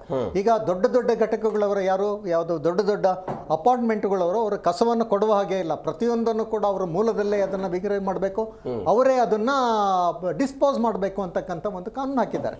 ಹೋಟೆಲ್ಗಳವರಿಗೆ ಅವರಿಂದ ಬೇರೆ ಕಲೆಕ್ಟ್ ಮಾಡ್ತಕ್ಕಂಥದ್ದು. ಆದರೆ ಇಲ್ಲಿ ಏನಾಗಿದೆ ಸರ್, ಇಚ್ಛಾಶಕ್ತಿ ಇಲ್ಲ. ಈಗ ಸಾಲಿಡ್ ವೇಸ್ಟ್ ಮ್ಯಾನೇಜ್ಮೆಂಟ್ ಮಾಡಿದ ಮೇಲೆ ಏನಾಗಿದೆ, ಕಸದ ಬಗ್ಗೆ ಈ ಬೇರೆ GBA ಅಥವಾ ನಮ್ಮ ಸೆಂಟ್ರಲ್ 5 ಕಾರ್ಪೊರೇಷನ್ ಅಧಿಕಾರಿಗಳು ತಲೆ ಕೆಡಿಸ್ಕೊಳ್ತಾ ಇಲ್ಲ. ಅವ್ರು ಹೇಳ್ತಾರೆ ಇದು ನಮ್ಮ ಕೆಲಸ ಅಲ್ಲ, ಇದು ಕೇವಲ ಸಾಲಿಡ್ ವೇಸ್ಟ್ ಮ್ಯಾನೇಜ್ಮೆಂಟ್ನವ್ರ ಕರ್ತವ್ಯ, ನಮಗೂ ಕಸಕ್ಕೂ ಸಂಬಂಧ ಇಲ್ಲ, ನೀವೇನಿದ್ರು ಕೂಡ ಕರಿಗೌಡ್ರನ್ನ ಕೇಳಿ ಅಂತಕ್ಕಂಥ ಅವ್ರ ಹತ್ರ ಬಟ್ಟು ಮಾಡಿ ತೋರಿಸ್ತಾ ಇದ್ದಾರೆ ಹೊರತು ಯಾವ ಇದು 5 ಪಂಚಪಾಲಿಕೆಗಳ ಕಮಿಷನರ್ಗಳಾಗಲಿ ಅವರ ಕೆಳಗಿನ ಅಧಿಕಾರಿಗಳಾಗಲಿ ಕಸದ ಬಗ್ಗೆ ಇವತ್ತು ಕೂಡ ಯಾವುದೇ ಕ್ರಮಗಳನ್ನು ಕೈಗೊಳ್ತಾ ಇಲ್ಲ. ಬರ್ತೀನಿ ಸರ್. ತ್ಯಾಗರಾಜ್ ಅವರೇ, ವೀರೇಶ್ ಅವರು ಒಂದು ಪಾಯಿಂಟ್ ನೋಟ್ ಮಾಡಿದರು, ಟಿಪ್ಪರ್ಗಳಿಲ್ಲ, ಕಾಂಪ್ಯಾಕ್ಟರ್ಗಳಿಲ್ಲ ಇತ್ಯಾದಿ ಅಂತ. ಗ್ರೇಟರ್ ಬೆಂಗಳೂರು ಅಥಾರಿಟಿ ಮತ್ತು ಘನತ್ಯಾಜ್ಯ ನಿರ್ವಹಣಾ ಲಿಮಿಟೆಡ್ ಅನ್ನೋದೇನಿದೆ, ಇವರ ಸಹಭಾಗಿತ್ವದಲ್ಲಿ ಬೆಂಗಳೂರಿನಲ್ಲಿ 5020 ಆಟೋ ಟಿಪ್ಪರ್ಗಳು, 600 ಕಾಂಪ್ಯಾಕ್ಟರ್ಗಳು ಕಾರ್ಯನಿರ್ವಹಿಸ್ತಾ ಇದೆ ಅಂತ. 5020 ಆಟೋ ಟಿಪ್ಪರ್ಗಳು, 600 ಕಾಂಪ್ಯಾಕ್ಟರ್ಗಳು ಕೆಲಸವನ್ನು ಮಾಡ್ತಾ ಇದೆ. ಪ್ರತಿ ಆಟೋ ಟಿಪ್ಪರು 750ರಿಂದ 1000 ಮನೆಗಳನ್ನು ಕವರ್ ಮಾಡಬೇಕು ಅನ್ನೋದು ನಿಯಮ. ಬಟ್ ಇವತ್ತು GPS ವ್ಯವಸ್ಥೆ ಇಲ್ಲದ ಕಾರಣಕ್ಕಾಗಿ ಈ ಕಾರ್ಯಕ್ಷಮತೆ ಆಗ್ತಾ ಇಲ್ಲ ಅನ್ನುವಂಥ ನೇರ ಆರೋಪ ಇದೆ. ಆಗ್ತಿದೆಯಾ ಇದು? ಸರ್, ಖಂಡಿತವಾಗ್ಲೂ. ಈಗ ಏನು 5020 ಆಟೋಗಳು ಓಡ್ತಾ ಇದೆ ಅಂತ ಹೇಳಿದ್ರೆ 5200 ಆಟೋಗಳು ಓಡ್ತಾ ಇರೋದು. ಓಕೆ, 5200 ಆಟೋಗಳಲ್ಲಿ ಪ್ರತಿ ಮನೆನೂ ಕಸನ ಕಲೆಕ್ಟ್ ಮಾಡಬೇಕು. ಆದರೆ ಪ್ರತಿ ಮನೆಗೂ ಕಲೆಕ್ಟ್ ಮಾಡೋದಕ್ಕೆ ಆಟೋಗಳು ಕಮ್ಮಿ ಇದೆ. ಅಂದರೆ ಒಂದು ವಾರ್ಡ್ಗೆ ಬಂದ್ಬಿಟ್ಟು ನಿಗದಿತವಾಗಿ ಒಂದು 20-22 ಆಟೋಗಳು ವರ್ಕ್ ಮಾಡಬೇಕು. ಇವ್ರು ಬರೀ 14-15 ಆಟೋದಲ್ಲಿ ಕೆಲಸನ ಮಾಡ್ಸಕ್ಕೆ 7-8 ಆಟೋಗಳು ಸ್ಟಾಪ್ ಆಗೇ ಇರುತ್ತೆ. ಅದು ಕೂಡ GPS ಕಂಪಲ್ಸರಿ ಎಲ್ಲ ಆಟೋ 5200 ಆಟೋಗಳಿಗೂ GPS ಇದೆ. ಆ 5200 ಆಟೋಗಳಿಗೂ ಸ್ಕ್ಯಾನ್ ಮಾಡೋದು ಬಂದ್ಬಿಟ್ಟು ಮಾರ್ಷಲ್ಸೇ. ಓಕೆ. ಅವ್ರು ಅಟೆಂಡೆನ್ಸ್ ಕೊಡ್ತಾರೆ, ಫೇಕ್ ಅಟೆಂಡೆನ್ಸ್ ಉಳಿದಿರೋ 7 ಆಟೋಗಳಿಗೂ ಕೊಡ್ತಾರೆ. ಓಕೆ. ಆದ್ದರಿಂದ ಎಲ್ಲ ಕಾರ್ಯನಿರ್ವಹಿಸ್ತದೆ ಅನ್ನೋ ರೀತಿಯಲ್ಲಿ ಎಲ್ಲರೂ ಸಾರ್ವಜನಿಕರು ಭ್ರಮೆಯಲ್ಲಿದ್ದಾರೆ. ಮತ್ತು ಏನು 5200 ಆಟೋಗಳಲ್ಲಿ ಸರಿಸುಮಾರು ಹತ್ರ 4700 ಆಟೋಗಳು, ಅಂದರೆ ಮಿನಿಮಮ್ 4500 ಆಟೋಗಳು ಕಂಪಲ್ಸರಿ ಕೆಲಸ ಮಾಡ್ತವೆ. ಮನೆಗೂ ಹೋಗಿ ಕಲೆಕ್ಟ್ ಮಾಡ್ಕೊತಾರೆ. ಆದರೆ ಕಲೆಕ್ಟ್ ಮಾಡೋವಂಥ ಸಮಯದಲ್ಲಿ ಏನಾಗ್ತಾಯಿದೆ, ಸಾರ್ವಜನಿಕರು ಪ್ರಾಥಮಿಕ ಹಂತ ಏನಿದೆ ಸಾರ್ವಜನಿಕರ ಮನೆಗಳು ಅಲ್ಲಿ ಡಿವೈಡ್ ಮಾಡಿ ಕಸನ ಕೊಡ್ತಾ ಇಲ್ಲ. ಓಕೆ. ಅಲ್ಲಿ ಡಿವೈಡ್ ಮಾಡಿ ಕೊಡೋದಕ್ಕೆ ಒಂದು ಅವೇರ್ನೆಸ್ ಪ್ರೋಗ್ರಾಮ್ನ ಸರ್ಕಾರ ರೂಪಿಸ್ಬೇಕು. ಅದನ್ನು ಇದುವರೆಗೂ ರೂಪಿಸಿಲ್ಲ. ಅವಾಗ ಯಾವಾಗಲೂ ಒಂದು ಸತಿ 2004ರಲ್ಲಿ ಹಸಿ ಕಸ ಒಣ ಕಸದ ಬಗ್ಗೆ ಒಂದು ಅವೇರ್ನೆಸ್ ಪ್ರೋಗ್ರಾಮ್ನ ಮಾಡಿದರು. ಅಷ್ಟು ಬಿಟ್ಟರೆ ಇವತ್ತವರೆಗೂ ಮತ್ತೆ ಇದುವರೆಗೂ ಯಾವುದೇ ರೀತಿಯೂ ಕಾರ್ಯಕ್ರಮಗಳನ್ನ ಹಮ್ಮಿಕೊಳ್ಳಿಲ್ಲ ಇವರು. ಮತ್ತು ಲಿಂಕ್ ವರ್ಕರ್ಸ್ನಿದ್ದಾರೆ, ಲಿಂಕ್ ವರ್ಕರ್ಸ್ನ ಸುಮ್ಮನೆ ವೇಸ್ಟಾಗಿ ಸ್ಯಾಲ್ರಿ ಕೊಡ್ತಾವ್ರೆ ಹೊರತು ಅವ್ರನ್ನ ಸರಿಯಾಗಿ ಉಪಯೋಗಿಸ್ಕೊಂಡು ಅವ್ರನ್ನೇ ಅವೇರ್ನೆಸ್ ಕಾರ್ಯಕ್ರಮಗಳಿಗೆ ಅವ್ರನ್ನೇ ನಿಯೋಜನೆ ಮಾಡಿಬಿಟ್ಟು ಅವರಿಂದನೇ ಕೆಲಸ ಪಡ್ಕೋಬೋದಾಗಿತ್ತು. ಅದನ್ನು ಮಾಡ್ತಾ ಇಲ್ಲ. ಆದ್ದರಿಂದ ಕಸದ ಸಮಸ್ಯೆ ಉದ್ಭವ ಆಗ್ತಾಯಿದೆ. ಮತ್ತು ಇವಾಗ ನೀವೇನು ಬ್ಲ್ಯಾಕ್ ಸ್ಪಾಟ್ಗಳ ಬಗ್ಗೆ ಹೇಳಿದ್ರಿ, ಆ ಬ್ಲ್ಯಾಕ್ ಸ್ಪಾಟ್ಗಳೆಲ್ಲ ಆ ರೀತಿ ಅಂದರೆ ಏನೋ ಸೆಗ್ರಿಗೇಷನ್ ಮಾಡಿ ಕೊಡೋಕ್ಕಾಗದೆ ಒದ್ದಾಡ್ತಾರಲ್ಲ, ಮತ್ತು ನೈಟ್ ಹೊತ್ತಲ್ಲಿ ಹೋಗಿ ಕೆಲಸಗಳು ಮಾಡ್ಕೊಂಬಂದು ಬೆಳಗ್ಗೆ ಹೊತ್ತು ಬಿಸಾಕ್ಬಿಟ್ಟು ಹೋಗ್ತಾರಲ್ಲ ಅಂಥವ್ರು. ಅಲ್ಲ, ಈಗ ವೀರೇಶ್ ಅವರು ಒಂದು ಪಾಯಿಂಟ್ ಉಲ್ಲೇಖ ಮಾಡಿದ್ರು ಸರ್, ಈ ರೀತಿ ಕಸವನ್ನು ತೆಗೆದುಕೊಂಡು ಹೋಗೋದೇ ತಪ್ಪು. ಈಗ ನೀವು ಉದಾಹರಣೆಗೆ ಬೆಂಗಳೂರಿಗೆ ನೀವೇ ಹೇಳಿದ್ರಿ ಅದ್ರ ಉಲ್ಲೇಖ. ಯಾರೋ ನೈಟ್ ಶಿಫ್ಟ್ ಹೋಗಿರ್ತಾರೆ, ಬೆಳಗ್ಗೆ ಲೇಟ್ ಆಗಿ ಬರ್ತಾರೆ, ಯಾರೋ ಬೆಳಗ್ಗೆ ಬೇಗನೆ ಆಫೀಸ್ಗೆ ಹೋಗ್ತಾರೆ, ರಾತ್ರಿ ಲೇಟ್ ಆಗಿ ಮನೆಗೆ ಬರ್ತಾರೆ. ಅಂಥವ್ರಿಗೆ ಕಸವನ್ನು ತಲುಪಿಸೋದು ಕಸ ಎಲ್ಲ ಎಲ್ಲಿಂದ ಬರ್ತಾರೆ? PGಗಳಿಂದ ಬರುತ್ತೆ. ಓಕೆ. PGಗಳಿಂದ ಬರುತ್ತೆ, ಮನೆಗಳಿಂದ ಬರಲ್ಲ. ಮನೆಗಳಿಂದ ಯಾವ ಹಂತದಲ್ಲಿ ಬರುತ್ತೆ ಕಸ? ಪ್ರೋಗ್ರಾಮ್ಸ್ ಆದಾಗ ಎಲ್ಲ ಏನೋ ಕಾರ್ಯಕ್ರಮಗಳಾದಾಗ ಅಂಥ ಟೈಮಲ್ಲಿ ಬಲ್ಕ್ ಕಸ ಬರುತ್ತೆ. ಜನರಲ್ ಆಗಿ ಬಂದು ಸೆಗ್ರಿಗೇಷನ್ ಮಾಡಿ ಕೊಟ್ಟರೆ ಏನು ತೊಂದರೆ ಇಲ್ಲ. ಮನೆ ಒಂದೊಂದು ರಸ್ತೆಗೂ ಒಂದೊಂದು ತೊಟ್ಟಿಗಳಿತ್ತು. 1980ರಿಂದ 2006ವರೆಗೂ ಕೂಡ ತೊಟ್ಟಿಗಳಿತ್ತು. 2006 ನಂತರ ತೊಟ್ಟಿಗಳು ಮಾಯ ಆಗಿದ್ದು. ಆದರೆ ಆಗ ಇದ್ದಂಥ ಪಾಪ್ಯುಲೇಷನ್ ಕಡಿಮೆ ಇತ್ತು ಅವಾಗ ಬ್ಯಾಂಗ್ಳೂರಲ್ಲಿ. ಈಗ ಈ 20 ವರ್ಷದಲ್ಲಿ ತುಂಬ ಡೆವಲಪ್ಮೆಂಟ್ ಆಗಿದೆ, ಪಾಪ್ಯುಲೇಷನ್ ಜಾಸ್ತಿ ಆಗಿದೆ. ಅದನ್ನು ನಾವು ಗಮನದಲ್ಲಿ ಇಟ್ಕೊಂಡು ಎಲ್ಲಾಂದ್ರೆ ಅಲ್ಲಿ ರಸ್ತೆಗಳ ಬದಿಯಲ್ಲಿ ತೊಟ್ಟಿಗಳ ನಿರ್ಮಾಣ ಮಾಡೋದು ಒಳ್ಳೇದಲ್ಲ ಅಂತೇಳಿ ಮನೆಗಳಿಗೂ ಹೋಗಿ ಮನೆಗಳ ಹತ್ರನೇ ಹೋಗಿ ಕಸ ತಗೊಂಡ್ರೆ ಸಾರ್ವಜನಿಕರು ಸಹಕರಿಸಿ ಬೇರ್ಪಡಿಸಿ ಕೊಡ್ತಾರೆ ಅಂತ ಅನ್ಕೊಂಡಿದ್ರು. ಅದು ಫೈಲರ್ ಆಗಿದೆ. ಇಲ್ಲ ಸರ್, ಈಗ ಮುಂಬೈ ತಗೊಳ್ಳಿ, ದೆಹಲಿ ತಗೊಳ್ಳಿ, ಇವತ್ತು ಕೂಡ ಅಲ್ಲಿ ಮನೆಯಿಂದ ಕಸ ತಗೊಳ್ತಾ ಇಲ್ಲ. ಬೆಂಗಳೂರಿನ ಎಲ್ಲಾ ಮಹಾನಗರಗಳಲ್ಲಿ ರಾಜ್ಯದಲ್ಲಿ ಸರ್ ಪ್ರತಿಯೊಂದು ಕಡೆ ಅವರೇ ಒಂದು ಇಲ್ಲ ಮಾಡಿದ್ದಾರೆ. ಹುಬ್ಬಳ್ಳಿ, ಧಾರವಾಡ ಸೇರಿದಂತೆ ಎಲ್ಲ ಕಡೆಯೂ ಕೂಡ ಈ ರೀತಿಯಾಗಿ ಕಸ ಸಂಗ್ರಹ ಮಾಡುವಂತ ತಮಿಳುನಾಡಲ್ಲಿ ಕೂಡ ಮನೆ ಕಸನೇ ಕಲೆಕ್ಟ್ ಮಾಡ್ತಾ ಇದ್ದಾರೆ. ತೆಲಂಗಾಣದಲ್ಲೂ ಮನೆಯಿಂದಾನೇ ಕಸ ಕಲೆಕ್ಟ್ ಮಾಡ್ತಾವ್ರೆ. ಮತ್ತೆ ಆಂಧ್ರದಲ್ಲೂ ಕೂಡ ಮನೆಯಿಂದಾನೇ ಕಸ ಕಲೆಕ್ಟ್ ಮಾಡ್ತಾವ್ರೆ. ಹಳ್ಳಿಗಳ ಸೈಡ್ ಬಿಟ್ರು, ಹಳ್ಳಿಗಳಲ್ಲಿ ಕರ್ನಾಟಕದಲ್ಲಿ ಗ್ರಾಮ ಪಂಚಾಯತಿ ಲೆವೆಲ್ ಅಲ್ಲೂ ಕೂಡ ಈಗ ಒಂದು ಆಟೋಗಳನ್ನ ಈ ರೀತಿ ಆಟೋ ಟಿಪ್ಪರ್ ಗಳನ್ನ ಕೊಟ್ಟು ವಾರಕ್ಕೆ 2 ಬಾರಿ 3 ಬಾರಿ ಈ ರೀತಿಯಾಗಿ ಕಸವನ್ನ ಸಂಗ್ರಹಿಸುವಂತಹ ಪರಿಸ್ಥಿತಿ ಈಗಾಗಲೇ ಶುರುವಾಗಿದೆ ಕರ್ನಾಟಕದಲ್ಲಿ. ಕೇವಲ ಬೆಂಗಳೂರು ಮಾತ್ರ, ಹುಬ್ಬಳ್ಳಿ, ಧಾರವಾಡ, ಕಲಬುರಗಿ, ದಾವಣಗೆರೆ ಮಾತ್ರ ಅಂತಲ್ಲ, ಗ್ರಾಮ ಪಂಚಾಯತಿ ಲೆವೆಲ್ ಅಲ್ಲೂ ಕೂಡ ಇದು ಶುರುವಾಗಿದೆ ಅಂತ. ಹೌದು ಸರ್. ಈಗ ನಾವು ಏನು BSWML ಕಂಪನಿ ಏನಿದೆ ಅದು ಬಂದ್ಬಿಟ್ಟು ಅನಧಿಕೃತ, ಅದು ಲೀಗಲ್ ಅಲ್ಲ. ಅದು ಯಾಕಂತ ಹೇಳೋದಂದ್ರೆ 5 ಪಾಲಿಕೆಗಳನ್ನ ಇವಾಗ ನೇಮಿಸಿದ್ದಾರೆ. ಮುಂಚೆ ನಿಮ್ಗೊಂದು ಕ್ಲಾರಿಟಿ, ಬೃಹತ್ ಬೆಂಗಳೂರು ಮಹಾನಗರ ಪಾಲಿಕೆ ಅಂತಿತ್ತು. ಆಗ ಕಸದ ಸಮಸ್ಯೆನ ನಿರ್ವಹಣೆ ಮಾಡೋಕ್ಕಾಗಲ್ಲ ಅನ್ನೋ ಒಂದು ಉದ್ದೇಶದಿಂದ ಒಂದು ಸಂಸ್ಥೆನ ಹುಟ್ಟಾಕಿದ್ದೆ BSWML ಕಂಪನಿ. ಈಗ 5 ಪಾಲಿಕೆಗಳಾಗಿ ಡಿವೈಡ್ ಮಾಡಿದ್ದಾರೆ. ಆಯಾ ಪಾಲಿಕೆಗಳಿಗೆ ಒಬ್ಬೊಬ್ಬ IAS ಆಫೀಸರ್ಸ್, ಕಮಿಷನರ್ಸ್ ಇದ್ದಾರೆ. ಅವರು ಗಾರ್ಬೇಜ್ನ ಹ್ಯಾಂಡಲ್ ಮಾಡೋ ಕೆಪಾಸಿಟಿ ಇವಾಗಿದೆ. ಯಾಕಂದರೆ ಅವರೆಲ್ಲ IASಗಳು ಮಾಡ್ಕೊಂಡು ಬಂದು ಆಡಳಿತನ ಯಾವ ರೀತಿ ನಡೆಸ್ಬೇಕಂತ ತಿಳ್ಕೊಂಡಿರೋಂಥ ವ್ಯಕ್ತಿಗಳು. ಯಾರು ಸುಮ್ಮನೆ ಖಾಲಿ ಪೋಲಿಯಾಗಿ ಬಂದು ಕೆಲಸ ಮಾಡ್ತಾರೋ ಅಂತೆಲ್ಲ ಕಾಂಟ್ರಾಕ್ಟ್ ಬೇಸಿಸಲ್ಲಿ ಕೆಲಸ ಮಾಡೋದು. ಅವ್ರಿಗೆ ಆಡಳಿತ ನಡೆಸೋ ಕೆಪಾಸಿಟಿ ಇರೋ ಅಂಥವ್ರೆ IASಗಳಾಗಿ ಬಂದು ಇವತ್ತಲ್ಲಿ ಕಮಿಷನರ್ಗಳಾಗಿ 5 ಜನ ಕೂತ್ಕೊಂಡವ್ರೆ. 5 ಜನರಿಗೂ ಈ ತ್ಯಾಜ್ಯನ ನಿಮ್ಮಲ್ಲೇ ಏನು ಕಸ ಸಮಸ್ಯೆನ ನಿರ್ವಹಣೆ ಮಾಡಿಕೊಂಡು ಅದನ್ನು ಬಗೆಹರಿಸ್ಬೋದು ಅಂತ ಹೇಳಿದ್ರೆ ಅವ್ರು ಮಾಡೋ ಕೆಪಾಸಿಟಿ ಇದೆ, ಅವ್ರು ಕೊಟ್ಟರೆ ಮಾಡ್ತಾರೆ. ಇಲ್ಲಿ ಸುಮ್ಮನೆ ಬೇನಾಮಿಯಾಗಿ ಒಂದು 5-6 ಜನ ಅಧಿಕಾರಿಗಳಿಗೋಸ್ಕರ ಈ ಕಂಪ್ನಿನ ಹುಟ್ಟಾಕಿ ಅವ್ರು ದುಡ್ಡು ಮಾಡಿ ಅವ್ರು ಲಾಭ ಪಡ್ಕೊಳ್ಳೋದಕ್ಕೋಸ್ಕರ ಇದು ದುರುಪಯೋಗ ಪಡಿಸ್ಕೊತಾ ಇರೋದೊಂದು. ಮತ್ತು ಇನ್ನೊಂದು, ಡೆಪ್ಯುಟೇಷನ್ ಮೇಲೆ ಬಂದಿರೋಂಥ ಅಧಿಕಾರಿಗಳು ನಿಂತ ನೀರಾಗಿ ಕೊಳೆತು ನಾರ್ತಾ ಇದ್ದಾರೆ. ಓಕೆ. ಯಾರು ಅಧಿಕಾರಿಗಳು, ಯಾರು AWಗಳಾಗಿರ್ಬೋದು, DGMಗಳಾಗಿರ್ಬೋದು, ಇವರೆಲ್ಲ ಸುಮಾರು ಡೆಪ್ಯುಟೇಷನ್ ಮೇಲೆ ಬಂದು ಸುಮಾರು 10 ವರ್ಷದ ಮೇಲ್ಪಟ್ಟಿರೋಂಥ ಕೆಲಸ ಮಾಡ್ತಾ ಇದ್ದಾರೆ. ಇವರೇನಾದ್ರೆ ಗ್ಯಾರ್ಬೇಜಲ್ಲಿ ದುಡ್ಡಿದೆ ಅನ್ನೋದನ್ನ ತಿಳ್ಕೊಂಡಿದ್ದಾರೆ. ಅಧಿಕಾರಿ ಏನು ಗ್ಯಾರ್ಬೇಜಿಂದ ಕೊಡುವಂಥ ಗುತ್ತಿಗೆದಾರ ಕೊಡುವಂಥ ಪರ್ಸೆಂಟೇಜ್ಗೆ ಎಲ್ಲರೂ ಮಾರು ಹೋಗಿದ್ದಾರೆ, ಆಸ್ತಿಗಳು ಮಾಡ್ಕೋಬೇಕಂತೇಳಿ. ಹಾಗಾಗಿ ಇವ್ರೇನೇ ತಪ್ಪು ಮಾಡಿದ್ರು ಡೆಪ್ಯುಟೇಷನ್ ಮೇಲೆ ಬಂದಿರೋರ ಮೇಲೆ ಆ್ಯಕ್ಷನ್ ತಗೊಳಕ್ಕಾಗಲ್ಲ, ಮಾತೃ ಇಲಾಖೆಗೆ ಮಾತ್ರ ಕಳಿಸ್ಬೋದು ಅಷ್ಟೇನೆ.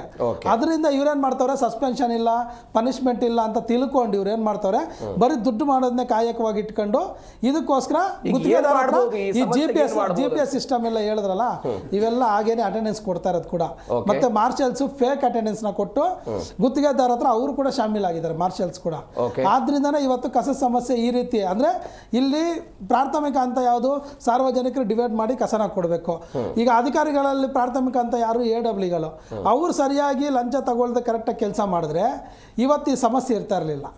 ಎಲ್ಲ ಆಟೋಗಳು ಕಂಪಲ್ಸರಿ ಇರಬೇಕು. ಇವತ್ತು ಮೊನ್ನೆ ನಮ್ಮ ಇವರು ಏನು ಬೆಂಗಳೂರು ನಗರಾಭಿವೃದ್ಧಿ ಸಚಿವರು ಯಾರಿದ್ದಾರೆ, ನಮ್ಮ ಕೃಷ್ಣ ಬೈರೇಗೌಡರು, ಅವರು ಓಪನ್ ಆಗಿ ಹೇಳಿದ್ರು, ಯಾರಾದರೂ ಸರಿಯಾಗಿ ಲಂಚ ತಗೊಳ್ಳೋದಾಗಲಿ ಇಲ್ಲ ಕೆಲಸ ಸರಿಯಾಗಿ ಮಾಡಿಲ್ಲ ಅಂದರೆ ನಿರ್ದಾಕ್ಷಿಣ್ಯವಾಗಿ ಕ್ರಮ ತಗೋತೀನಿ ಅಂತ ಅವ್ರು ಹೇಳಿ ಇವ್ರು ಕಲ್ತ್ಕೊಳ್ಬೇಕಾಗಿರಲ್ಲ. ನಿಮ್ಮ ಹಂತದಲ್ಲೇ ನೀವು ಕರೆಕ್ಟಾಗಿ ಕೆಲಸ ಮಾಡಿದ್ರೆ ಕೃಷ್ಣ ಬೈರೇಗೌಡರು ಅಂತ ಸಚಿವರು ಬಂದು ನಿಮಗೆ ಜ್ಞಾಪಕ ಮಾಡಿ ಕೆಲಸ ಮಾಡಿಸೋ ಅವಶ್ಯಕತೆ ಇರ್ತಾ ಇತ್ತಾ? ಇವತ್ತು ಅವರ ಯಾರು ಪ್ರಾಥಮಿಕ ಕೃಷ್ಣ ಬೈರೇಗೌಡರು ಬಿಡಿ, ಇವತ್ತು ಮುಖ್ಯಮಂತ್ರಿ ಆಗಿರುವಂತ DK ಶಿವಕುಮಾರ್ ಅವರೇ ಬೆಂಗಳೂರು ನಗರಾಭಿವೃದ್ಧಿ ಸಚಿವರಾಗಿದ್ರು.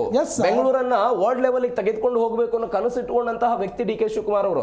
ಅವತ್ತಿದ್ದಾಗ ಎಲ್ಲವೂ ಸಮರ್ಪಕವಾಗಿ ಆಗ್ತಿತ್ತ? ಇಲ್ಲ ಸರ್, ಆಗ್ಲೂ ಸಾವಿರಾರು ಕೋಟಿನ ಕೃಷ್ಣ ಬೈರೇಗೌಡರು ಬರ್ಬೋದು, ನಾಳೆ ಮತ್ತೊಬ್ರು ಬರ್ಬೋದು, ನಿನ್ನೆ ಮತ್ತೊಬ್ರು ಇದ್ದಿದ್ರು. ಸರಿಯಾದ ಅಧಿಕಾರಿ ಈಗ ಕೃಷ್ಣ ಬೈರೇಗೌಡರು ಬಂದು ಕಸದ ಬಗ್ಗೆ ತುಂಬಾ ಸೀರಿಯಸ್ ಆಗಿ ಸೆನ್ಸಿಟಿವ್ ಆಗಿ ಮಾತಾಡಿದಕ್ಕೆ ಎಲ್ಲರಿಗೂ ಚುರುಕು ಮುಟ್ಟಿದೆ. ಇದನ್ನ DK ಶಿವಕುಮಾರ್ ಹಿಂದೆನೆ ಮಾಡಬೇಕಾಗಿತ್ತು, ಮಾಡಿಲ್ಲ ಅವರು. ಎಸ್ ಸರ್, ಬರ್ತೀನಿ.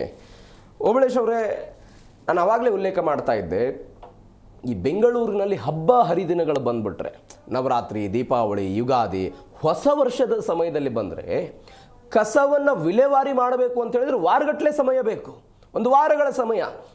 ಎಲ್ಲ TV ಪೇಪರ್ಗಳಲ್ಲಿ KR ಮಾರುಕಟ್ಟೆ ಸ್ವಚ್ಛತೆ ಆಯಿತು, ಬೇರೆ ಬೇರೆ ಪ್ರದೇಶಗಳ ಸ್ವಚ್ಛತೆ ಆಯಿತು ಅಂತ ಸುದ್ದಿಗಳು ಬರುತ್ತೆ. ಯಾಕೆ ಇವತ್ತಿಂತಹ ಪರಿಸ್ಥಿತಿಯನ್ನು ಬೆಂಗಳೂರಿನ ಜನ ಅನುಭವಿಸಬೇಕಾದಂತಹ ಪರಿಸ್ಥಿತಿ? ಸರ್, ಈಗ ಹಬ್ಬ ಹರಿದಿನಗಳಲ್ಲಿ ಈ ಕಾರ್ಮಿಕರು, ನಮ್ಮ ಕಾರ್ಮಿಕರು, ಕೆಲಸ ಮಾಡೋ ಕಾರ್ಮಿಕರು ಅರ್ಧದಷ್ಟು ಹೊರಭಾಗಗಳಿಂದ ಅಂದ್ರೆ ಹೊರ ರಾಜ್ಯಗಳಿಂದ ಬಂದು ಕೆಲಸ ಮಾಡ್ತಾ ಇರ್ತಾರೆ.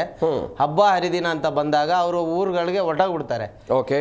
ಈಗ ಇರೋದೇ ಕಡಿಮೆ ಆಟೋಗಳು, ಕಡಿಮೆ ಕೆಲಸ ನಡೀತೈತೆ ಅಂತ ನಿಮ್ಮೆಲ್ಲರಿಗೂ ಗೊತ್ತೇ ಇದೆ. ಅಂಥದ್ರಲ್ಲಿ ಹೆಚ್ಚುವರಿ ಕಾರ್ಮಿಕರನ್ನು ಇಟ್ಕೊಳ್ಳಲ್ಲ. ಇಟ್ಕೊಂಡಿರೋರ್ನೇ ಒಂದು 100 ಜನ ಇರಬೇಕಾಗಿರೋ ಜಾಗದಲ್ಲಿ ಒಂದು 60 ಜನದ ಹತ್ರ ಮಾಡ್ತಾ ಇರ್ತಾರೆ ಕಾಂಟ್ರಾಕ್ಟರ್ಸು. ಆ 60ರಲ್ಲಿ ಹಬ್ಬ ಹರಿದಿನಗಳಲ್ಲಿ ಒಂದು 20-25 ಜನ ಊರಿಗೆ ಹೊರಟೋಗ್ಬಿಟ್ರೆ ಕೆಲಸಗಳು ಹೇಗಾಗುತ್ತೆ? ಓಕೆ. ಇದಕ್ಕೆಲ್ಲ ಬಂದು ಅಧಿಕಾರಿಗಳು ಸಮರ್ಪಕವಾಗಿ ನಮ್ಮ ತ್ಯಾಗರಾಜ್ ಸರ್ ಹೇಳ್ದಂಗೆ ಕೆಲಸ ಮಾಡ್ತಾ ಇಲ್ಲ. ಅಧಿಕಾರಿಗಳು ಕಟ್ಟುನಿಟ್ಟಾಗಿ ಕೆಲಸ ಮಾಡಿದ್ರೆ ಇದೊಂದು ಇಷ್ಟೊಂದು ದೂರ ಬರೋದಿಲ್ಲ ಇದು.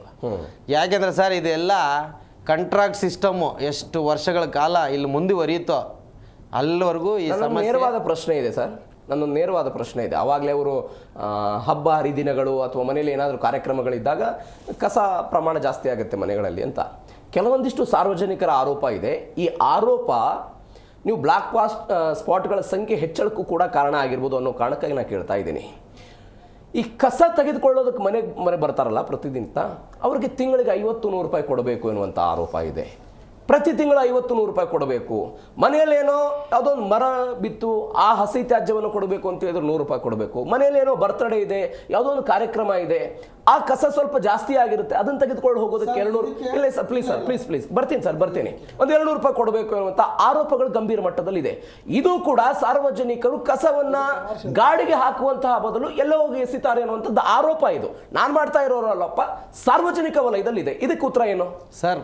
ಪ್ರತಿ ಆಟೋಗೂ ಪ್ರತಿ ಡ್ರೈವರು ಮಿನಿಮಮ್ ಒಂದು 10 ವರ್ಷದಿಂದ ಅದೇ ರಸ್ತೆಗಳಲ್ಲಿ ಮಾಡಿರ್ತಾನೆ. ಓಕೆ. 10 ವರ್ಷದಿಂದಾನು ಅವ್ರು 5 ರೂಪಾಯಿ 10 ರೂಪಾಯಿ ಪ್ರೀತಿಯಿಂದ ಏನ್ ಕೊಟ್ಟರು ತಗೊಂಡಿರ್ತಾರೆ. ಓಕೆ. ಒತ್ತಡ ಎಲ್ಲೋ ಒಬ್ರಿಬ್ರು ಹಾಕಿರ್ಬೋದು, ಹಂಗಂತೇಳಿ ಎಲ್ಲ ಇದು ಕೂಡ ಕಾರಣ ಆಗ್ತಿದೆ ಅಂತ ನನ್ನ ಪ್ರಶ್ನೆ. ಡೆಫಿನೆಟ್ಲಿ ಇಲ್ಲ ಸರ್. ಮನೆಯವರು 50-100 ರೂಪಾಯಿಗೆಲ್ಲ ಅವರು ತಲೆ ಕೆಡಿಸ್ಕೊಳ್ಳಲ್ಲ. ಆಟೋ ಬಂದ್ರೆ ಸಾಕಪ್ಪ, ಅವನ್ನ ಪ್ರೀತಿಯಿಂದ ಮಾತಾಡಿಸಿ ಕೊಟ್ಟು ಕಳ್ಸೋರು ಸುಮಾರು ಜನ ಇದ್ದಾರೆ. ಇದು ಆರೋಪ ಸತ್ಯಕ್ಕೆ ದೂರವಾದ ಸರ್ ಇದು.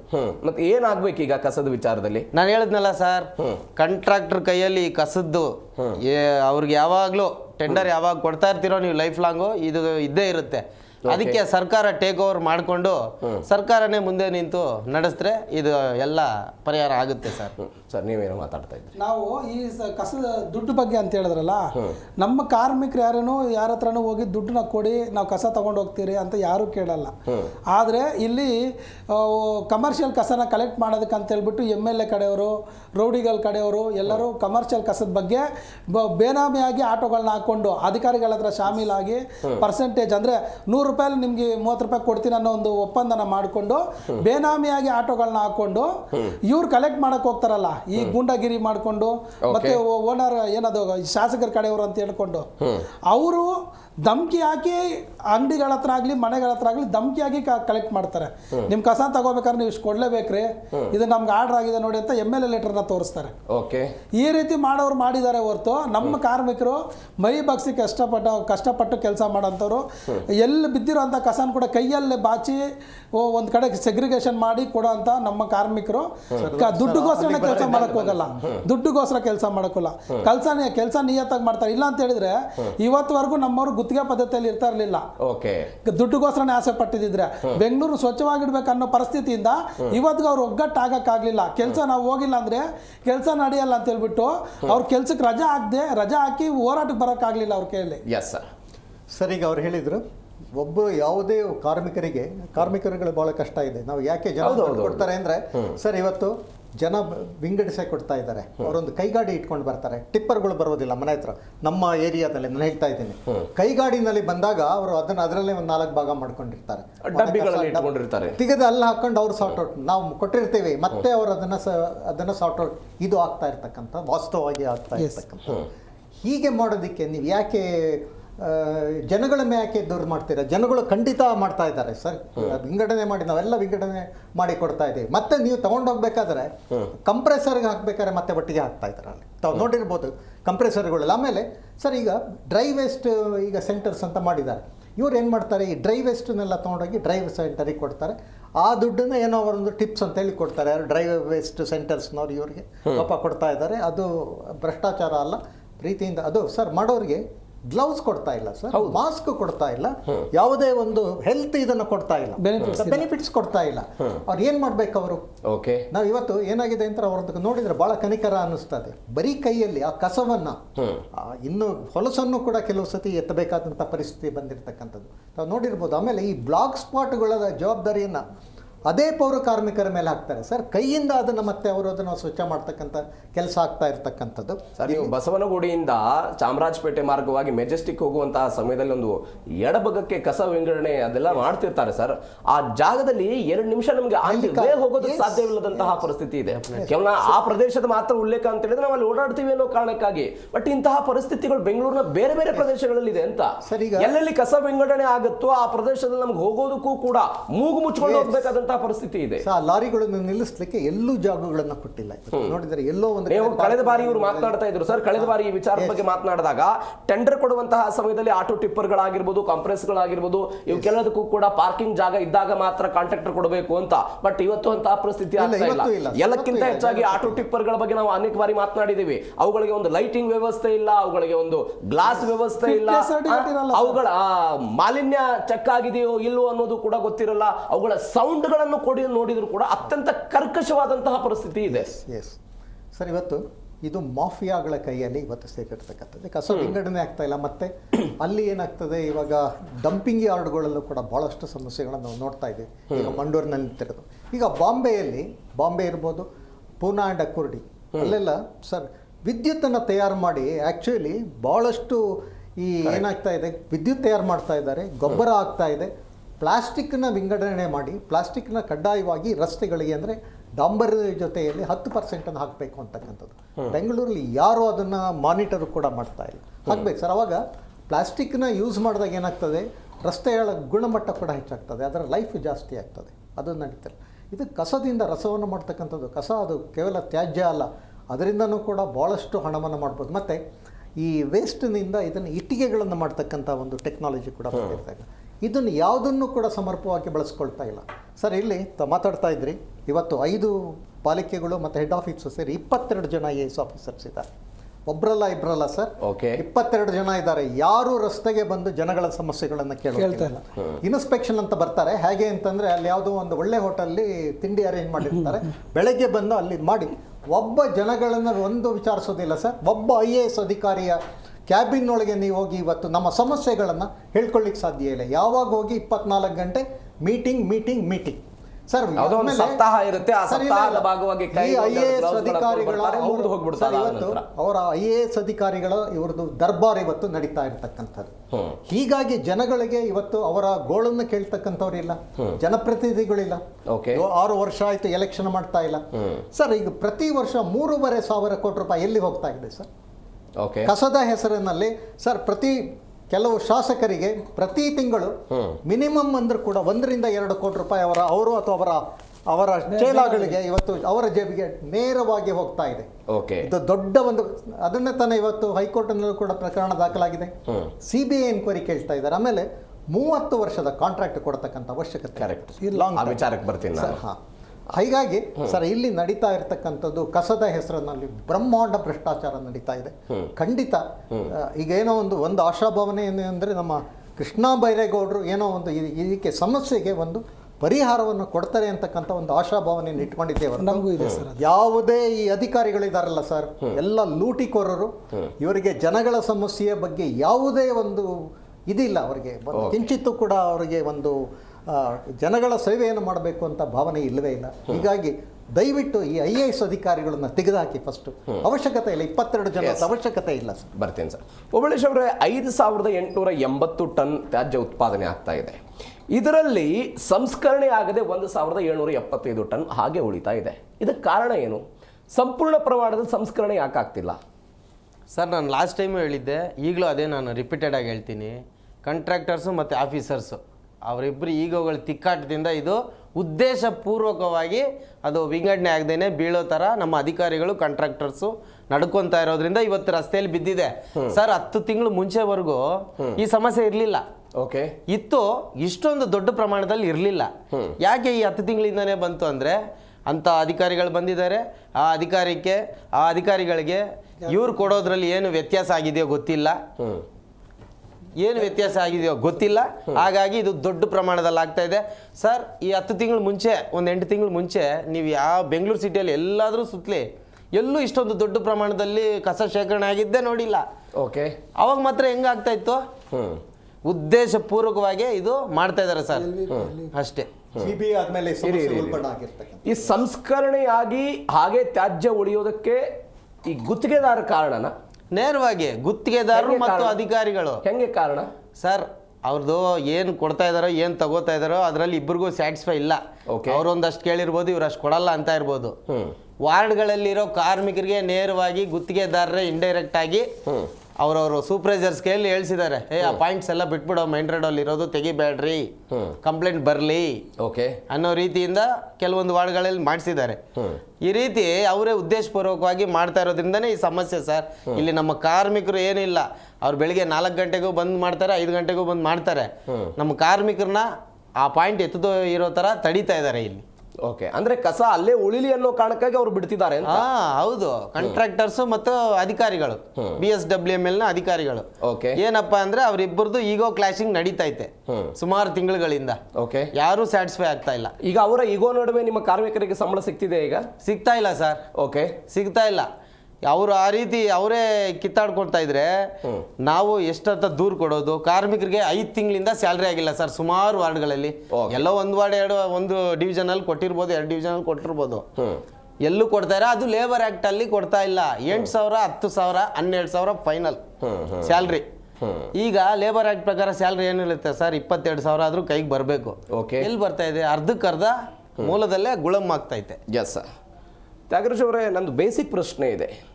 ಕೇವಲ ಗುತ್ತಿಗೆದಾರರು ಮಾತ್ರ ಸಂಸ್ಕರಣೆಯಾಗಿ ಉಳಿಯೋದಕ್ಕೆ ಕಾರಣ ಅಲ್ಲ, ಅದರ ಜೊತೆಗೆ ಸಂಸ್ಕರಣಾ ಘಟಕಗಳ ದುಸ್ಥಿತಿ ಅಂದರೆ ಸೀಗೆಹಳ್ಳಿ, ದೊಡ್ಡಬಿದಿರೆಕಲ್ಲು, ಲಿಂಗದೇರನಹಳ್ಳಿ ಇವೆಲ್ಲ ಬಂದಾಗಿರೋದು, ಅಲ್ಲಿಯ ಜನ ಪ್ರತಿಭಟನೆ ಮಾಡ್ತಾ ಇರೋದು ಒಂದು ಕಾರಣ. ಎರಡನೇ ಕಾರಣ ಕಸ ವಿಂಗಡಣೆ ವೈಫಲ್ಯ. ನಾವು ಅದ್ರ ಬಗ್ಗೆ ಅವಾಗಲೇ ಚರ್ಚೆ ಮಾಡಿದ್ವಿ, ಮೂಲದಲ್ಲಿ 100% ಕಸ ವಿಂಗಡಣೆ ಆಗ್ತಾ ಇಲ್ಲ ಅಂತ. ಮೂರನೇದ್ದು ಒನ್ಸ್ ಅಗೇನ್ ಗುತ್ತಿಗೆದಾರರ ಬಗ್ಗೆ ಉಲ್ಲೇಖ ಮಾಡೋದಾದರೆ ಆರ್ಥಿಕ ಹಿತಾಸಕ್ತಿ ಕಾರಣ ಇದೆ ಅಂತ. ಹೆಂಗೆ ಆರ್ಥಿಕ ಹಿತಾಸಕ್ತಿ?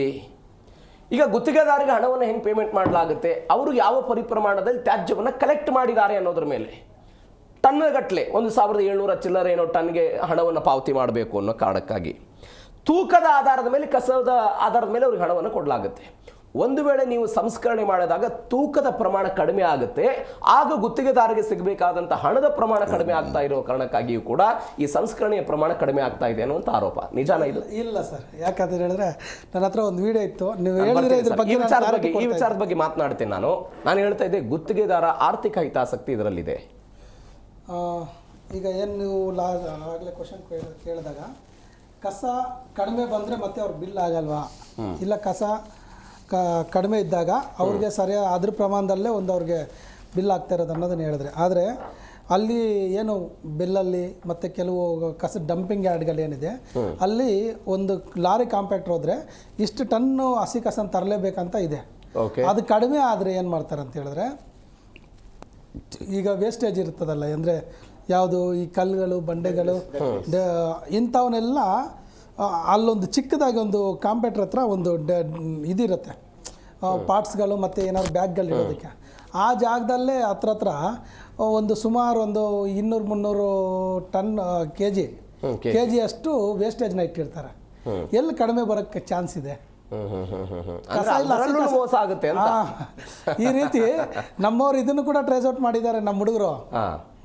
ಯಾಕಂದರೆ ಇಲ್ಲಿ ನಿಜವಾಗ್ಲೂ ಗಾಡಿ ಬಂದ್ಬಿಟ್ಟು ಅರ್ಧನೇ ತುಂಬಿರುತ್ತೆ, ಇನ್ನು ಅರ್ಧನೇ ಯಾವ ರೀತಿ ತೋರಿಸ್ತಾರೆ ಅಂತ ಹೇಳಿದಾಗ ಈ ರೀತಿ ಕಲ್ಲು ಬಂಡೆಗಳನ್ನ ಇವನ್ನೆಲ್ಲ ಅಲ್ಲಿ ತುಂಬಿಸ್ಕೊಂಡ್ಬಿಡೋದು, ಅಲ್ಲಿ ವೇಟೇಜ್ ತೋರೋದು, ಮತ್ತೆ ಇವು ಏನಿದೆ ಅರ್ಧ ಕಸ ಮಾತ್ರ ಚೆಲ್ತಾರೆ, ಅರ್ಧ ಕಸ ಮಾತ್ರ ಬೀಳೋದು, ಮತ್ತೆ ಆ ವೇಟೇಜ್ ಹಂಗಿರುತ್ತೆ, ಮತ್ತೆ ಬಂದರೆ ಅರ್ಧ ಗಾಡಿದು ಹಂಗೆ ಲೋಡ್ ತೋರಿಸುತ್ತೆ.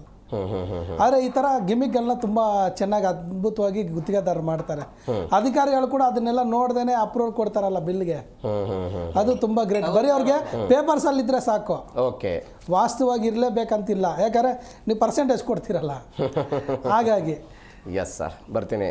ವೀರೇಶ್ ಅವರೇ, ಇತ್ತೀಚೆಗೆ ವಿಪಕ್ಷ ನಾಯಕ ಆರ್ ಅಶೋಕ್ ಅವರು ಹೇಳಿದ್ರು, ಬೆಂಗಳೂರಿನಲ್ಲಿ ಕಸ ಸಂಗ್ರಹಣೆ ನೆಪದಲ್ಲಿ 39,000 ಕೋಟಿ ರೂಪಾಯಿ ಅಧಿಕ ಮೊತ್ತದ ಹಗರಣ ಆಗಿದೆ ಅಂತ. 39,000 ಕೋಟಿ. ಅವರೊಂದಿಷ್ಟು ಅಂಕಿಅಂಶವನ್ನು ಕೊಟ್ಟರು. 2 ವರ್ಷಗಳ ಅಧಿಕಾರಾವಧಿಯಲ್ಲಿ ಕಾಂಗ್ರೆಸ್ ಇರುತ್ತೆ, ಅಂದರೆ 2028 ತನಕ. ಮುಂದೆ ಯಾವುದೇ BJP ಬರ್ಬೋದು, ಕಾಂಗ್ರೆಸ್ ಅನ್ನೋದು ಮುಂದಾಗಿರ್ಬೋದು, ಯಾರೇ ಬರ್ಬೋದು. ಆದರೆ ಸುದೀರ್ಘ 30-35 ವರ್ಷಗಳ ಕಾಲ ಬೆಂಗಳೂರು ನಗರದ ಕಸವನ್ನು ಒಂದು ಗುತ್ತಿಗೆ ಕಂಪನಿಗೆ ಕೊಡೋದು ಎಷ್ಟರ ಮಟ್ಟಿಗೆ ಸರಿ ಅಂತ? Is it right sir? ಈಗ ಈ ಕಸದ ಸಮಸ್ಯೆಗೆ ಮೂಲ ಕಾರಣ BJPಯವರೇ. ಅವರ ಏನು ಆಡಳಿತ ಇದ್ದಾಗ, BJPಯಲ್ಲಿ ಕಾರ್ಪೊರೇಷನಲ್ಲಿ ಅವರ ಆಡಳಿತ ಇದ್ದಾಗಲೇ ಕೂಡ ಈ ರೀತಿಯ ಅವ್ಯವಹಾರಗಳು ಶುರುವಾಯಿತು. ಆದರೆ ಈ ಆಮೇಲೆ ಇದು ಕಾಂಗ್ರೆಸ್ ಇದು ಯಾವುದು ಸಾಲಿಡ್ ವೇಸ್ಟ್ ಮ್ಯಾನೇಜ್ಮೆಂಟ್ ಕಾರ್ಪೊರೇಷನ್ ಮಾಡಿದ ಮೇಲೆ ಏನಾಯಿತು, ಇದಕ್ಕೆ ಒಂದು ಇದು ಕಾರ್ಪೊರೇಟ್ ಸ್ವರೂಪ ಬಂತು. ಕಾರ್ಪೊರೇಟ್ ಮಾಡಿ ಇದೇನು ಅಂದರೆ ಒಂದೇ ಕಡೆ ಇವರಿಗೆ ಏನಾಯಿತು, TDS ಥರ ಒಂದೇ ಕಡೆ ಹಣವನ್ನು ಹೊಡೀಲಿಕ್ಕೆ ಅನುಕೂಲ ಆಗ್ತಾ ಬಂತು. ಇದು ಇವರು 30 ವರ್ಷದ ಕಾಂಟ್ರಾಕ್ಟ್ ಮಾಡಿದಾಗಲೇ ಇವರು ವಿಧಾನಸಭೆಯಲ್ಲಿ ಇದನ್ನು ಪ್ರಶ್ನೆ ಮಾಡಿ ಅಲ್ಲಿ ತಡೆ ಹಿಡಲಿಕ್ಕೆ ಪ್ರಯತ್ನ ಮಾಡ್ಬೋದಿತ್ತು. ಸರ್, ವಿಪಕ್ಷಗಳು ಕೂಡ complete they failed. They are also beneficiaries. ಇದರಲ್ಲಿ ಅವರು ಅಧಿಕಾರಕ್ಕೆ ಬಂದಾಗ ಅವರು ಕೂಡ ಇಲ್ಲ ಸರ್, ಈಗಲೂ ಅವ್ರ ಬೆನಿಫಿಷಿಯರ್ಸ್ ಇದ್ದಾರೆ. ಎಲ್ಲೆಲ್ಲಿ ಅವ್ರ MLAಗಳಿದ್ದಾರೆ, ಅವ್ರಿಗೆ ದುಡ್ಡು ಬರ್ತಾನೆ ಇದೆ. ಈಗ ಅವರೇನು ಯಾವ ಇದು ಅಂದರೆ they are also the beneficiaries. ಇಲ್ಲಿ ಏನಾಗಿದೆ, ಯಾವುದೇ ಒಂದು 30 ವರ್ಷ ಕೊಡ್ತಕ್ಕಂಥದ್ದು ತಪ್ಪದು. ಯಾವುದೇ ಈ ಥರದ ಕಾಂಟ್ರಾಕ್ಟ್ಗಳನ್ನು ಪ್ರತಿ ವರ್ಷ ಮಾಡಬೇಕು. ಆಮೇಲೆ ಸರ್, ಇದು ಕಂಪ್ಲೀಟ್ ಒಂದು ರಾಮ್ಕಿ ಅನ್ನುವಂಥದ್ದು ಒಂದು ಕಂಪನಿ ಇತ್ತಂತೆ, ಸಂಸ್ಥೆಯಲ್ಲಿ ಅದನ್ನ ಎಲ್ಲವನ್ನು ಕೂಡ ಮಾಡಲಾಗಿತ್ತು. ಒನ್ಸ್ ಅಗೇನ್ ಅವ್ರಿಗೆ ಕೊಡ್ತಾ ಇದ್ದಾರೆ ಅನ್ನುವಂಥ ಅಲ್ಲ, ಈಗ ಅದನ್ನು CBIಗೂ ಕೂಡ ಮಾಡಬೇಕು ಅಂತಕ್ಕಂಥದ್ದು ಒಂದು ಇವಾಗ ಇದರಲ್ಲಿ ಇವರು ಪ್ರೇಯರ್ ಹಾಕಿರ್ತಕ್ಕಂಥದ್ದು ರಿಟ್ ಪಿಟಿಷನ್ನಲ್ಲಿ CBI ಎನ್ಕ್ವೈರಿ ಆಗಬೇಕು. ಇದರಲ್ಲಿ ಬಹಳ ದೊಡ್ಡ ಮೊತ್ತದ ಕಿಕ್ ಬ್ಯಾಕ್ ಕೆಲವರು ಇವರಿಗೆ ಆಡಳಿತ ಪಕ್ಷದವರಿಗೆ ಆಡಳಿತ ಮಾಡ್ತಾರೆ. ಒಂದು ಬ್ಯಾಂಗ್ಳೂರನ್ನು ನಾವು ಹೇಳ್ತಕ್ಕಂಥದ್ದು GBA ಮಾಡಿ 5 ಪಾಲಿಕೆಗಳು ಮಾಡಿದ ಮೇಲೆ ಇದನ್ನು ಯಾಕೆ ವಿಕೇಂದ್ರೀಕರಣ ಮಾಡಬಾರ್ದು? ಯಾಕೆ ಇದಕ್ಕೆ ಸಾಲಿಡ್ ವೇಸ್ಟ್ ಸಂಪೂರ್ಣ ವಿಸರ್ಜಿಸಿ ಅವರವರಿಗೆ ಕೊಡಿ. ಅವರಿಗೆ ಹತ್ತಿರದ ಜಾಗಗಳಲ್ಲೇ ನೀವು ಇದನ್ನು ಯಾವುದನ್ನು ಡಂಪಿಂಗ್ ಯಾರ್ಡ್ಗಳನ್ನು ಮಾಡಿ ಸಪ್ರೇಟ್ ಮಾಡಿ. ಸರ್, ಸಂಸ್ಕರಣೆ ಎಲ್ಲೂ ಆಗ್ತಾ ಇಲ್ಲ. ಇವತ್ತು ಡಂಪಿಂಗ್ ಯಾರ್ಡ್ಗಳಲ್ಲಿ ಹೋಗಿ ಇವರು ಕಸ ಹಾಕ್ತಾ ಇದ್ದಾರೆ ಹೊರತು ಜನಗಳು ಇದನ್ನು ಸರ್, ಈಗ ಜನಗಳು ವಿಂಗಡಣೆ ಮಾಡಿ ಕೊಡಲ್ಲ ಅಂದಮೇಲೆ ಇವರು ವಿಂಗಡಣೆ ಮಾಡಿದ ಮೇಲೆ ಅಲ್ಲಿ ಹೇಗೆ ಮತ್ತೆ ಒಟ್ಟಿಗೆ ಕಸ ಹೋಗ್ತದೆ? ಈಗ ಅಲ್ಲಿ ಡಂಪಿಂಗ್ ಯಾರ್ಡ್ ಹೋಗ್ಬೇಕಾದ್ರೆ ಮತ್ತೆ ಎಲ್ಲ ಇದು ಯಾವುದು ಹಸಿ ಕಸ ಒಣ ಕಸ ಎಲ್ಲ ಒಟ್ಟಿಗೆ ಹೋಗ್ತಾ ಇರ್ತಕ್ಕಂಥದ್ದು. ಈಗ ಹಾಗಿದ್ರೆ ಇದು ಸಂಪೂರ್ಣ ಫೇಲ್ ಆದಮೇಲೆ ಯಾಕೆ ನೀವು ಇದನ್ನು ಬದಲಾಯಿಸಬಾರ್ದು ಅಂತಕ್ಕಂಥದ್ದು. ವಿಕೇಂದ್ರೀಕರಣ ಒಂದು ಆಗಲೇಬೇಕಿವತ್ತು. ಅದನ್ನು ಮುಚ್ಚಬೇಕು ತಕ್ಷಣ ಇದನ್ನು ಮತ್ತೆ ಇನ್ನೊಂದು ಆರೋಪ ಸರ್ ಬಿಜೆಪಿ ಅವ್ರದ್ದು, ಇಷ್ಟು ದಿನಗಳ ಕಾಲ ಪ್ರತಿ ಟನ್ಗೆ ಕಸ ಸಂಸ್ಕರಣೆಗೆ ಗುತ್ತಿಗೆದಾರರಿಗೆ 1,398 ರೂಪಾಯಿ ಪಾವತಿ ಮಾಡಲಾಗ್ತಾ ಇತ್ತು. ಇದೀಗ ನಿಯಮ ಬಾಹಿರವಾಗಿ ಗುತ್ತಿಗೆದಾರ ಕಂಪನಿಗಳಿಗೆ 2,151 ರೂಪಾಯಿ ಅಲಾಟ್ ಮಾಡ್ತಾ ಇದ್ದಾರೆ.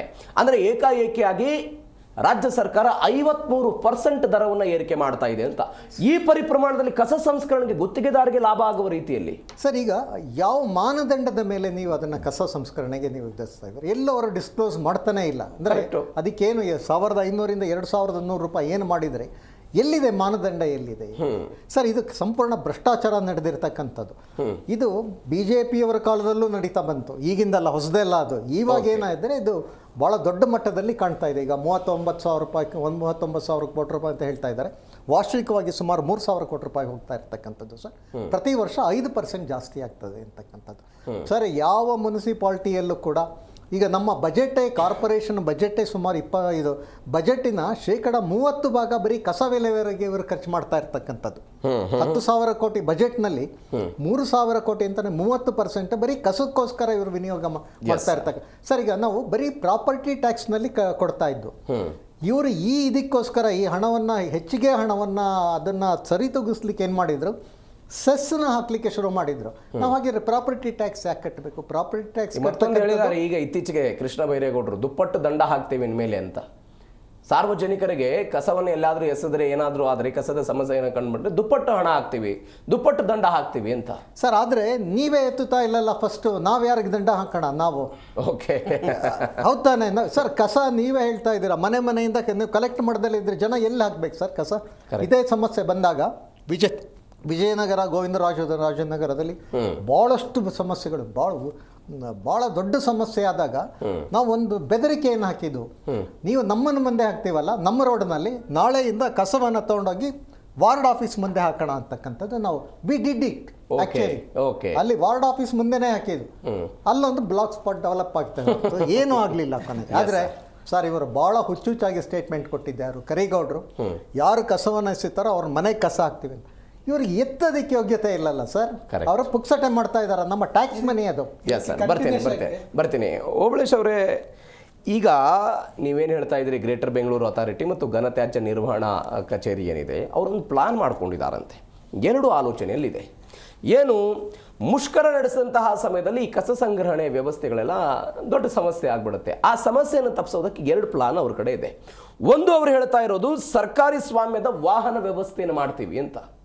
ಅಂದರೆ ಈಗ ಗುತ್ತಿಗೆದಾರ ವಾಹನಗಳೇನಿರುತ್ತೆ ಅವುಗಳನ್ನು ಸರ್ಕಾರದಿಂದಲೇ ವಾಹನಗಳನ್ನು ಕೊಡೋದು, ಅದರ ಮುಖಾಂತರ ಕಸವನ್ನು ವಿಂಗಡಣೆ ಮಾಡೋದು, ಅದರ ಮುಖಾಂತರ ಕಸವನ್ನು ಸಾಗಾಟ ಮಾಡೋದು ಒಂದು ಆಪ್ಷನ್. 2ನೇ ಆಪ್ಷನ್ ಸರ್ಕಾರ ಹೇಳ್ತಾ ಇರೋದು, ಸ್ವಯಂ ಉದ್ಯೋಗ ಯೋಜನೆಯ ಅಡಿಯ ಮುಖಾಂತರ ಗ್ರೇಟರ್ ಬೆಂಗಳೂರು ಅಥಾರಿಟಿ ಖರೀದಿ ಮಾಡುವಂತಹ ಆಟೋ ಟಿಪ್ಪರ್ಗಳನ್ನು ಚಾಲಕರು ಮತ್ತು ಸಹಾಯಕರಿಗೇನು ಹಸ್ತಾಂತರ ಮಾಡ್ತಾರಂತೆ. ಹೀಗೆ ಹಸ್ತಾಂತರ ಮಾಡಿದ ನಂತರ ಮುಂದಿನ 7 ವರ್ಷಗಳ ಕಾಲ ಅವರು ಅದರ ಮೇಲಿರುವಂತಹ ಸಾಲವನ್ನು ತೀರಿಸೋದು. ಅದಾದ ನಂತರ ಮುಂದಿನ 7 ವರ್ಷಗಳ ನಂತರ ಅವರಿಗೆ ಅದರ ಮಾಲೀಕತ್ವ ಬರುತ್ತೆ ಅಂತ. ಈ ಮುಖಾಂತರ ಸರ್ಕಾರ ಹೇಳ್ತಾ ಇರೋದು, ಬೆಂಗಳೂರಿನಲ್ಲಿ ಒಂದು 4,800 ಈ ಉದ್ಯೋಗಿ ಆಪರೇಟರ್ಗಳು ಸೃಷ್ಟಿ ಆಗ್ತಾರೆ ಅಂತ. ಈ ಕ್ರಮ ಸರಿನಾ, ಒಪ್ಕೊಳ್ತೀರಾ ನೀವು ಪೌರ ಕಾರ್ಮಿಕ ಸಂಘಟನೆಯಿಂದ ಬಂದು? ಸರ್, ಈಗಿರೋ ಪರಿಸ್ಥಿತಿಯಲ್ಲಿ ತಾವೇನು ಹೇಳಿದ್ರು ಈ ಸಬ್ಜೆಕ್ಟು ಬರೋದೇ ಉತ್ತಮ ಅಂತ ನಮ್ಮ ಅಭಿಪ್ರಾಯ. ಓಕೆ, ಯಾಕೆಂತಂದರೆ ನಾವು ಸುಮಾರು ಹೋರಾಟಗಳನ್ನ ಮಾಡಿದ್ದೀವಿ, ನೇರ ವೇತನ ಮಾಡಿ ಡ್ರೈವರ್ಸ್ ಕ್ಲೀನರ್ಸ್ಗೆ ಅಂತ. ಸೊ ಇವರು ಅದ್ರ ಬದಲಾಗಿ ಇದು ಚಾಲಕನ ಹೆಸರಲ್ಲೇ ಈ ಆಟೋ ಟಿಪ್ಪರ್ನ ಖರೀದಿ ಮಾಡಿ ಡೌನ್ ಪೇಮೆಂಟ್ ಏನೋ 2 ಲಕ್ಷ ಕಟ್ಟಿಸ್ಕೊಂಡು 7 ವರ್ಷ EMI ಕಟ್ಟಿಸ್ಕೊಂಡು ಅದಾದಮೇಲೆ ಆತನಿಗೆ ಮಾಲೀಕತ್ವ ಕೊಡೋ ಥರ ಮಾಡಿರೋದು ಒಳ್ಳೆ ವಿಚಾರ. ಅದು ಕೂಡ ನಮ್ಮ ಲೋಕಾಯುಕ್ತ ನ್ಯಾಯಮೂರ್ತಿಗಳು ಅವರು ಹೇಳಿದ ಮೇಲೆ ಜೂನ್ 10ನೇ ತಾರೀಕು ಅವರೊಂದು ಕ್ಲಾಸ್ ತಗೊಂಡ್ಮೇಲೆ ಈಗ ಈ ಸ್ಟೆಪ್ ಇಡ್ತಾ ಇದ್ದಾರೆ. ಇಷ್ಟು ದಿನ IAS ಓದಿರೋರಿಗೆ ಈ ಅರಿವಿಲ್ವಾ? ನಾವು ಕೇಳ್ತಾ ಇರೋದು ಸಬೂಬಾಗಿ ಇದೆಯಾ ಇಲ್ವಾ ಅಂತ ಗೊತ್ತಿಲ್ವಾ? ಓಕೆ, ಮಾಡೋದು ಸರಿ ಇದೆ ಸರ್, ಸರಿ ಇದೆ. ಅಂದ್ರೆ ಚಾಲಕರ ಹೆಸರಲ್ಲೇ ಆಟೋಗಳನ್ನು ಖರೀದಿ ಮಾಡಿದ್ರೆ ಅವಾಗ ಸಮರ್ಪಕ ಆಗುತ್ತೆ ಅನ್ನುವ ಭರವಸೆ ಇದೆಯಾ ನಿಮಗೆ? ಖಂಡಿತ ಆಗುತ್ತೆ ಸರ್, ಸುಧಾರಣೆ ಆಗೇ ಆಗುತ್ತೆ. ಹೆಂಗಾಗುತ್ತೆ? ಯಾಕೆಂದ್ರೆ ಅವಾಗ ಕಾಂಟ್ರಾಕ್ಟರ್ದು 100% ಎಫರ್ಟ್ ಇರಲ್ವಲ್ಲ ಅದರಲ್ಲಿ.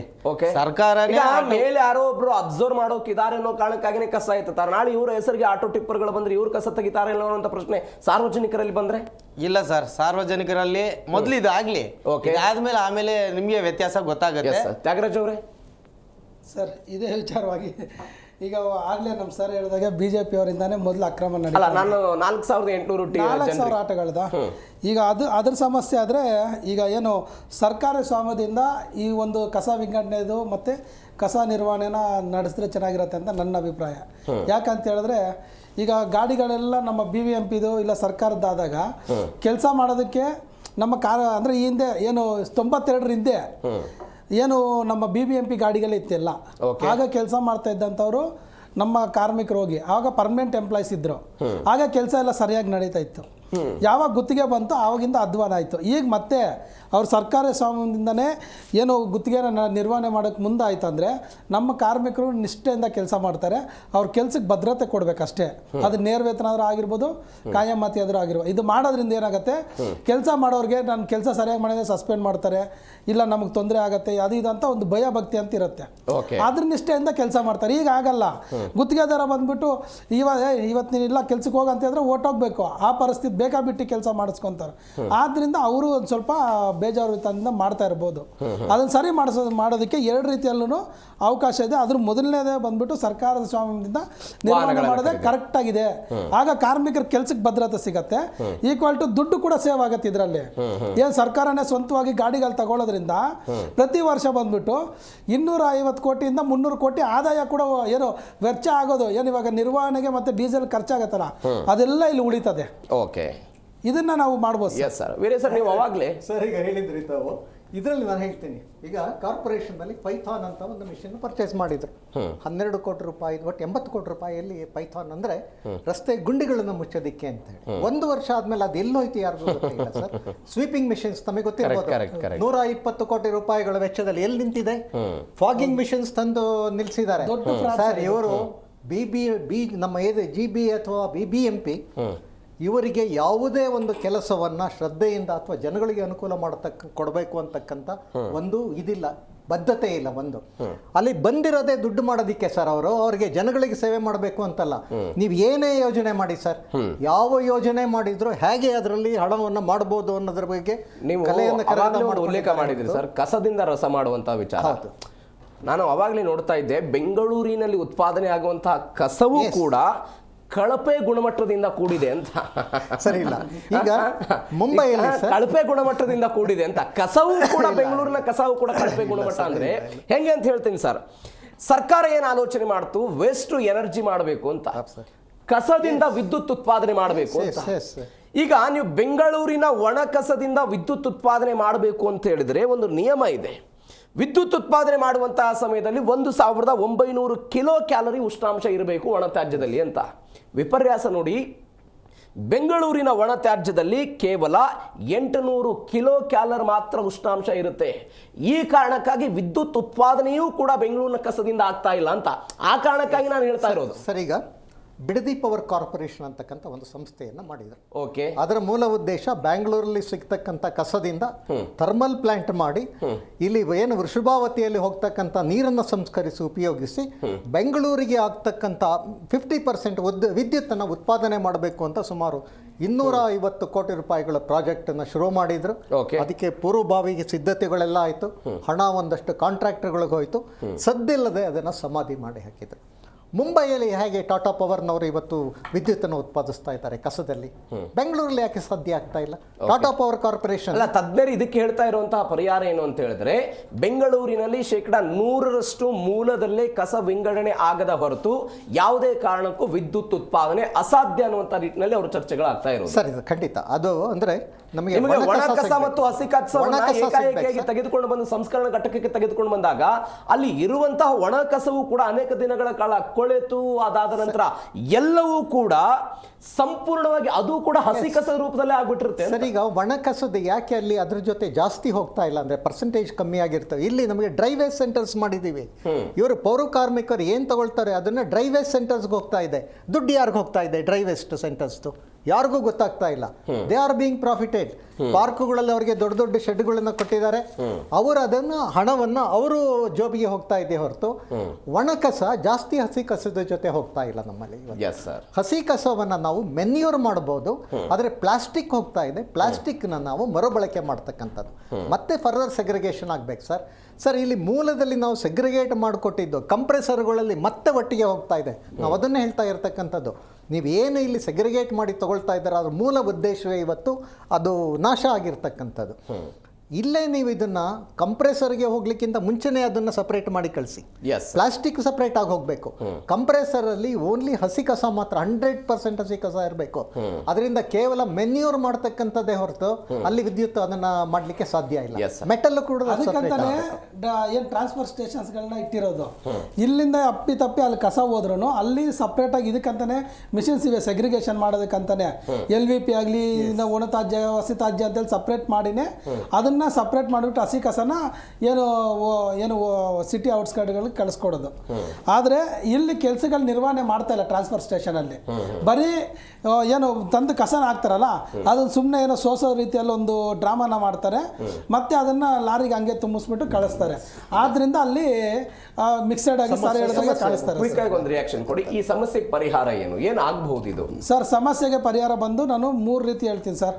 ಒಂದು, ಏನು ಡೆಪ್ಯುಟೇಷನ್ ಮೇಲೆ ಬಂದಿರೋಂಥ ಅಧಿಕಾರಿಗಳನ್ನ ಮೊದಲು ಅವರು ಮಾತೃ ಇಲಾಖೆ ಕಳಿಸಿ ಹೊಸ ಸ್ಟಾಫ್ನ ನಿಯೋಜನೆ ಮಾಡ್ಕೋಬೇಕು. ಎರಡನೇದು, IASಗಳೆಲ್ಲ ಏನು ಜವಾಬ್ದಾರಿ ತಗೊಂಡಿದ್ದಾರೆ 5 ಪಾಲಿಕೆಗಳಲ್ಲಿ, ಆ 5 ಜನ ಕಮಿಷನರ್ಸ್ ಕೂಡ ಕಸದ ಸಮಸ್ಯೆನ ಜವಾಬ್ದಾರಿಯಾಗಿ ಅವ್ರು ತಗೊಂಡು ಅವ್ರು ನಿರ್ವಹಣೆ ಮಾಡಬೇಕು. ಮೂರನೇದು ಬಂದು BSW ಕಂಪ್ನಿನ ಕ್ಲೋಸ್ ಮಾಡಬೇಕು. Yes sir. ಕೊನೆ ರಿಯಾಕ್ಷನ್, ಏನು ಪರಿಹಾರ ಸೂಚಿಸಬಹುದು ನೀವು? ಸರ್, ಇದಕ್ಕೆ ಪರಿಹಾರ ಒಂದೇ, ಕಾಂಟ್ರಾಕ್ಟ್ ಸಿಸ್ಟಮ್ನ ತೆಗೆದು ಸರ್ಕಾರನೇ ಇದನ್ನ ನಡೆಸಬೇಕು. ಮಾರ್ಷಲ್ ನಮ್ಮವನೇ, ಅಧಿಕಾರಿಗಳು ನಮ್ಮವನೇ, ಕಾರ್ಮಿಕರು ನಮ್ಮವ್ರೆ, ಆಟೋನು ನಮ್ದೆ, ಮಧ್ಯದಲ್ಲಿ ಕಾಂಟ್ರಾಕ್ಟರ್ ಯಾಕೆ? ಇದನ್ನ ನಡೆಸೋ ತಾಕತ್ತಿಲ್ವಾ ಸರ್ಕಾರದ ಹತ್ರ? ಸರ್ಕಾರ ತಗೊಂಡ್ರೆ ಇದೆಲ್ಲ ಶಾಶ್ವತವಾಗಿ ಕ್ಲಿಯರ್ ಆಗುತ್ತೆ ಸರ್. ಇಲ್ಲ ಅಂದ್ರೆ ಇನ್ನೂ ಕಂಟಿನ್ಯೂ ಆಗ್ತಾನೆ ಇರುತ್ತೆ, ನಾವು ಪದೇ ಪದೇ ಬಂದು ಮಾತಾಡ್ತಾನೆ ಇರಬೇಕಾಗುತ್ತೆ ಅಷ್ಟೇ ಸರ್. ಬೇರೆ ಸರ್? ಸರ್, ಈಗ ಬೃಹತ್ ಬೆಂಗಳೂರು ಏನು GB ಅಧಿಕಾರಿಗಳು ಬೀದಿಗೆ ಬರಬೇಕು ಸರ್. ಅವರು ಕೇವಲ ಅಧಿಕಾರವನ್ನು ಇವತ್ತು ಬರೀ AC ಚೇಂಬರ್ಗಳಲ್ಲಿ ಕೂತು ನಡೆಸೋದಲ್ಲ, ಜನಗಳಿಗೆ ಏನು ಸಮಸ್ಯೆ ಆಗ್ತಾ ಇದೆ ಬೀದಿಗೆ ಬರಬೇಕು. ಯಾರು ಬರೋದಿಲ್ಲ ಸರ್. ಯಾವ ಅಧಿಕಾರಿ ಇವತ್ತು ಯಾರೋ ಒಬ್ಬ AE ಬರ್ತಾರೆ ಹೊರತು ಯಾವ ಹಿರಿಯ ಅಧಿಕಾರಿಗಳಾಗಲಿ ಶಾಸಕರುಗಳಾಗಲಿ ಯಾವುದನ್ನು ಕೂಡ ಇದ್ರ ಬಗ್ಗೆ ಕಸದ ಸಮಸ್ಯೆ ಬಗ್ಗೆ ಯಾವತ್ತೂ ಕೂಡ ಅವರು ಗಮನ ಹರಿಸ್ತಾ ಇಲ್ಲ. ಹೀಗಾಗಿ ಇದು ಈ ಮೂಲದಲ್ಲೇ ಇವತ್ತು ಖಂಡಿತ ಇದನ್ನು ಸೆಗ್ರಿಗೇಟ್ ಮಾಡ್ತಾ ಇದ್ರೆ ಜನಗಳನ್ನು ಬೈಯೋದಲ್ಲ. ನಾವು ತೆರಿಗೆಗಳನ್ನು ಕಟ್ತಾ ಇದ್ವಿ, ಅದ್ರ ಜೊತೆಗೆ ನೀವು ಸೆಸ್ ಅಂತೇಳಿ ಅದರ ಹೊರೆಯನ್ನು ಹಾಕಿ ಸಮರ್ಪಕವಾಗಿ ಹಣವನ್ನು ವಸೂಲಿ ಮಾಡ್ತೀವಿ, ಅದಾದ ನಂತರ ನಿರ್ವಹಣೆ ಆಗ್ತಾ ಇಲ್ಲ. ನಿರ್ವಹಣೆ ನಮ್ಮ ಹಣದ ಸಂಪೂರ್ಣ ದುರುಪಯೋಗ ಮಾಡ್ತಾ ಇದ್ದೀವಿ. ಥ್ಯಾಂಕ್ ಯು ಸೋ ಮಚ್ 3 ಜನರಿಗೂ ಕೂಡ ಇಷ್ಟ ಚರ್ಚೆಯಲ್ಲಿ ಭಾಗವಹಿಸಿದ್ದಕ್ಕೆ. ಎಸ್ ವೀಕ್ಷಕರೇ, ಬೆಂಗಳೂರಿನ ಕಸದ ಸಮಸ್ಯೆ ಇಂಥದ್ದೊಂದಿದೆ. ಕಸ ಹೆಂಗೆ ರಾಶಿ ರಾಶಿ ಬಂದು ಬೀಳುತ್ತಲ್ಲ, ಕಸದ ಸಮಸ್ಯೆಯೂ ಕೂಡ ರಾಶಿಯ ಪ್ರಮಾಣದಲ್ಲಿ ಬೆಂಗಳೂರಲ್ಲಿರುವುದು. ಈ ಸಮಸ್ಯೆಗೆ ಉತ್ತರವನ್ನು ಸರ್ಕಾರ ಹೆಂಗೆ ತೆಗೆದುಕೊಳ್ಳುತ್ತೆ, ಇದಕ್ಕೆ ಪರಿಹಾರ ಏನು ಸಿಗುತ್ತೆ ಕಾದ್ ನೋಡೋಣ. ಇದರೊಂದಿಗೆ ಇವತ್ತಿನ ಮೆಗಾ ಸುದ್ದಿಯನ್ನು ಮುಗಿಸ್ತಾ ಇದ್ದೀನಿ. ನೋಡ್ತಾ ಇರಿ ಜೀ ಕನ್ನಡ ನ್ಯೂಸ್, ಸತ್ಯವೇ ಸುದ್ದಿಯ ಜೀವಾಳ.